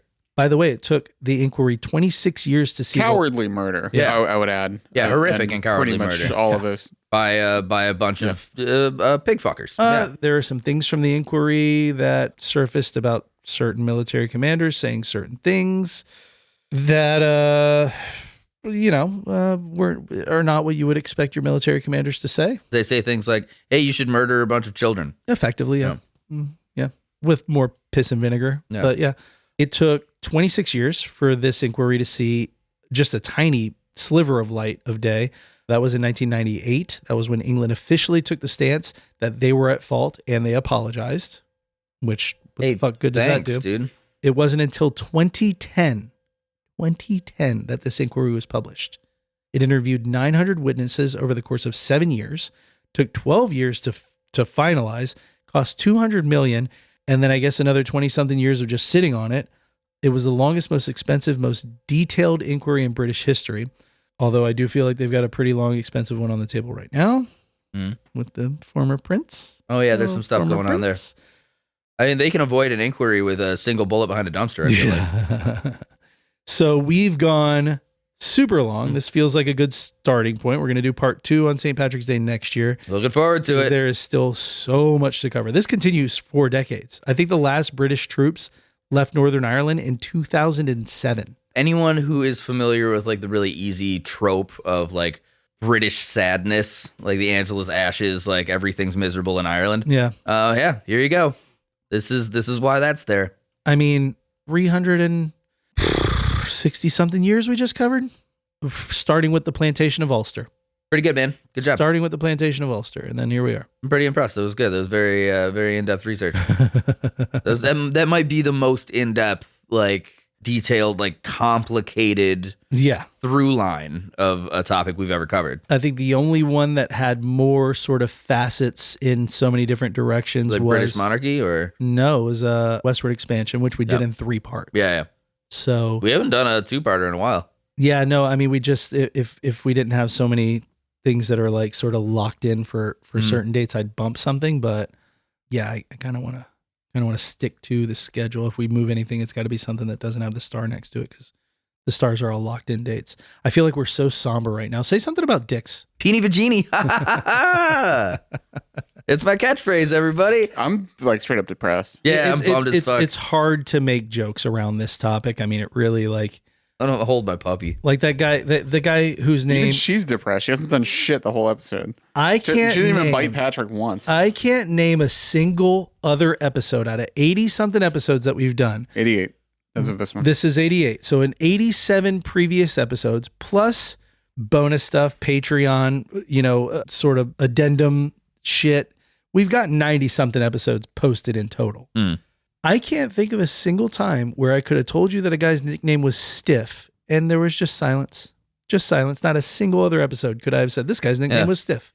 I'm still not even gonna fucking You know, I didn't even think of dicks. I just thought of him being dead. Yeah. Well, that was the. I didn't even think of dicks. That's how depressing this was. That was the only joke because it was the morbid joke. Yeah. Was Riley going, that's not a bad nickname, and me saying, well, if it is, if you're dead.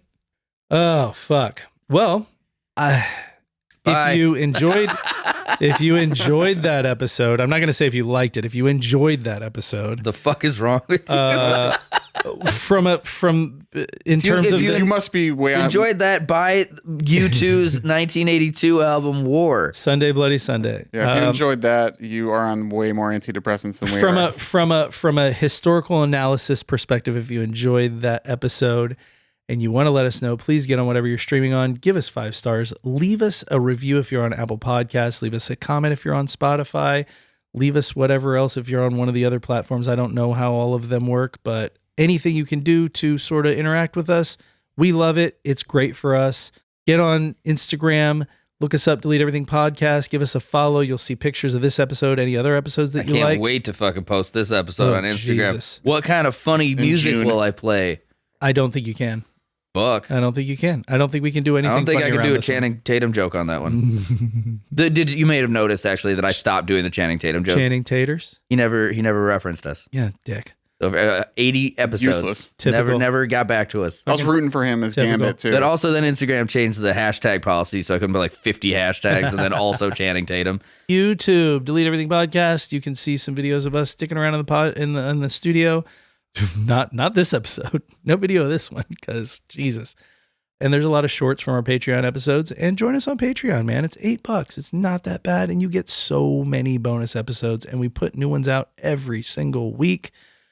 Until next week, where we will have a still horrific but easier to make jokes around episode. I can make jokes about horrific shit. This is just sad. Yeah.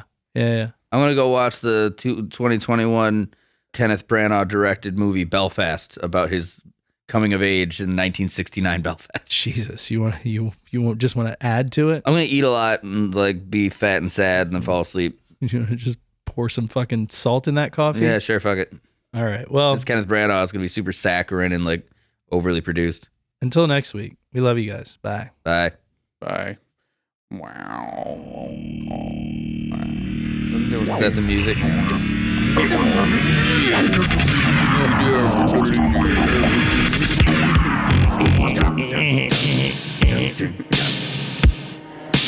I just work here.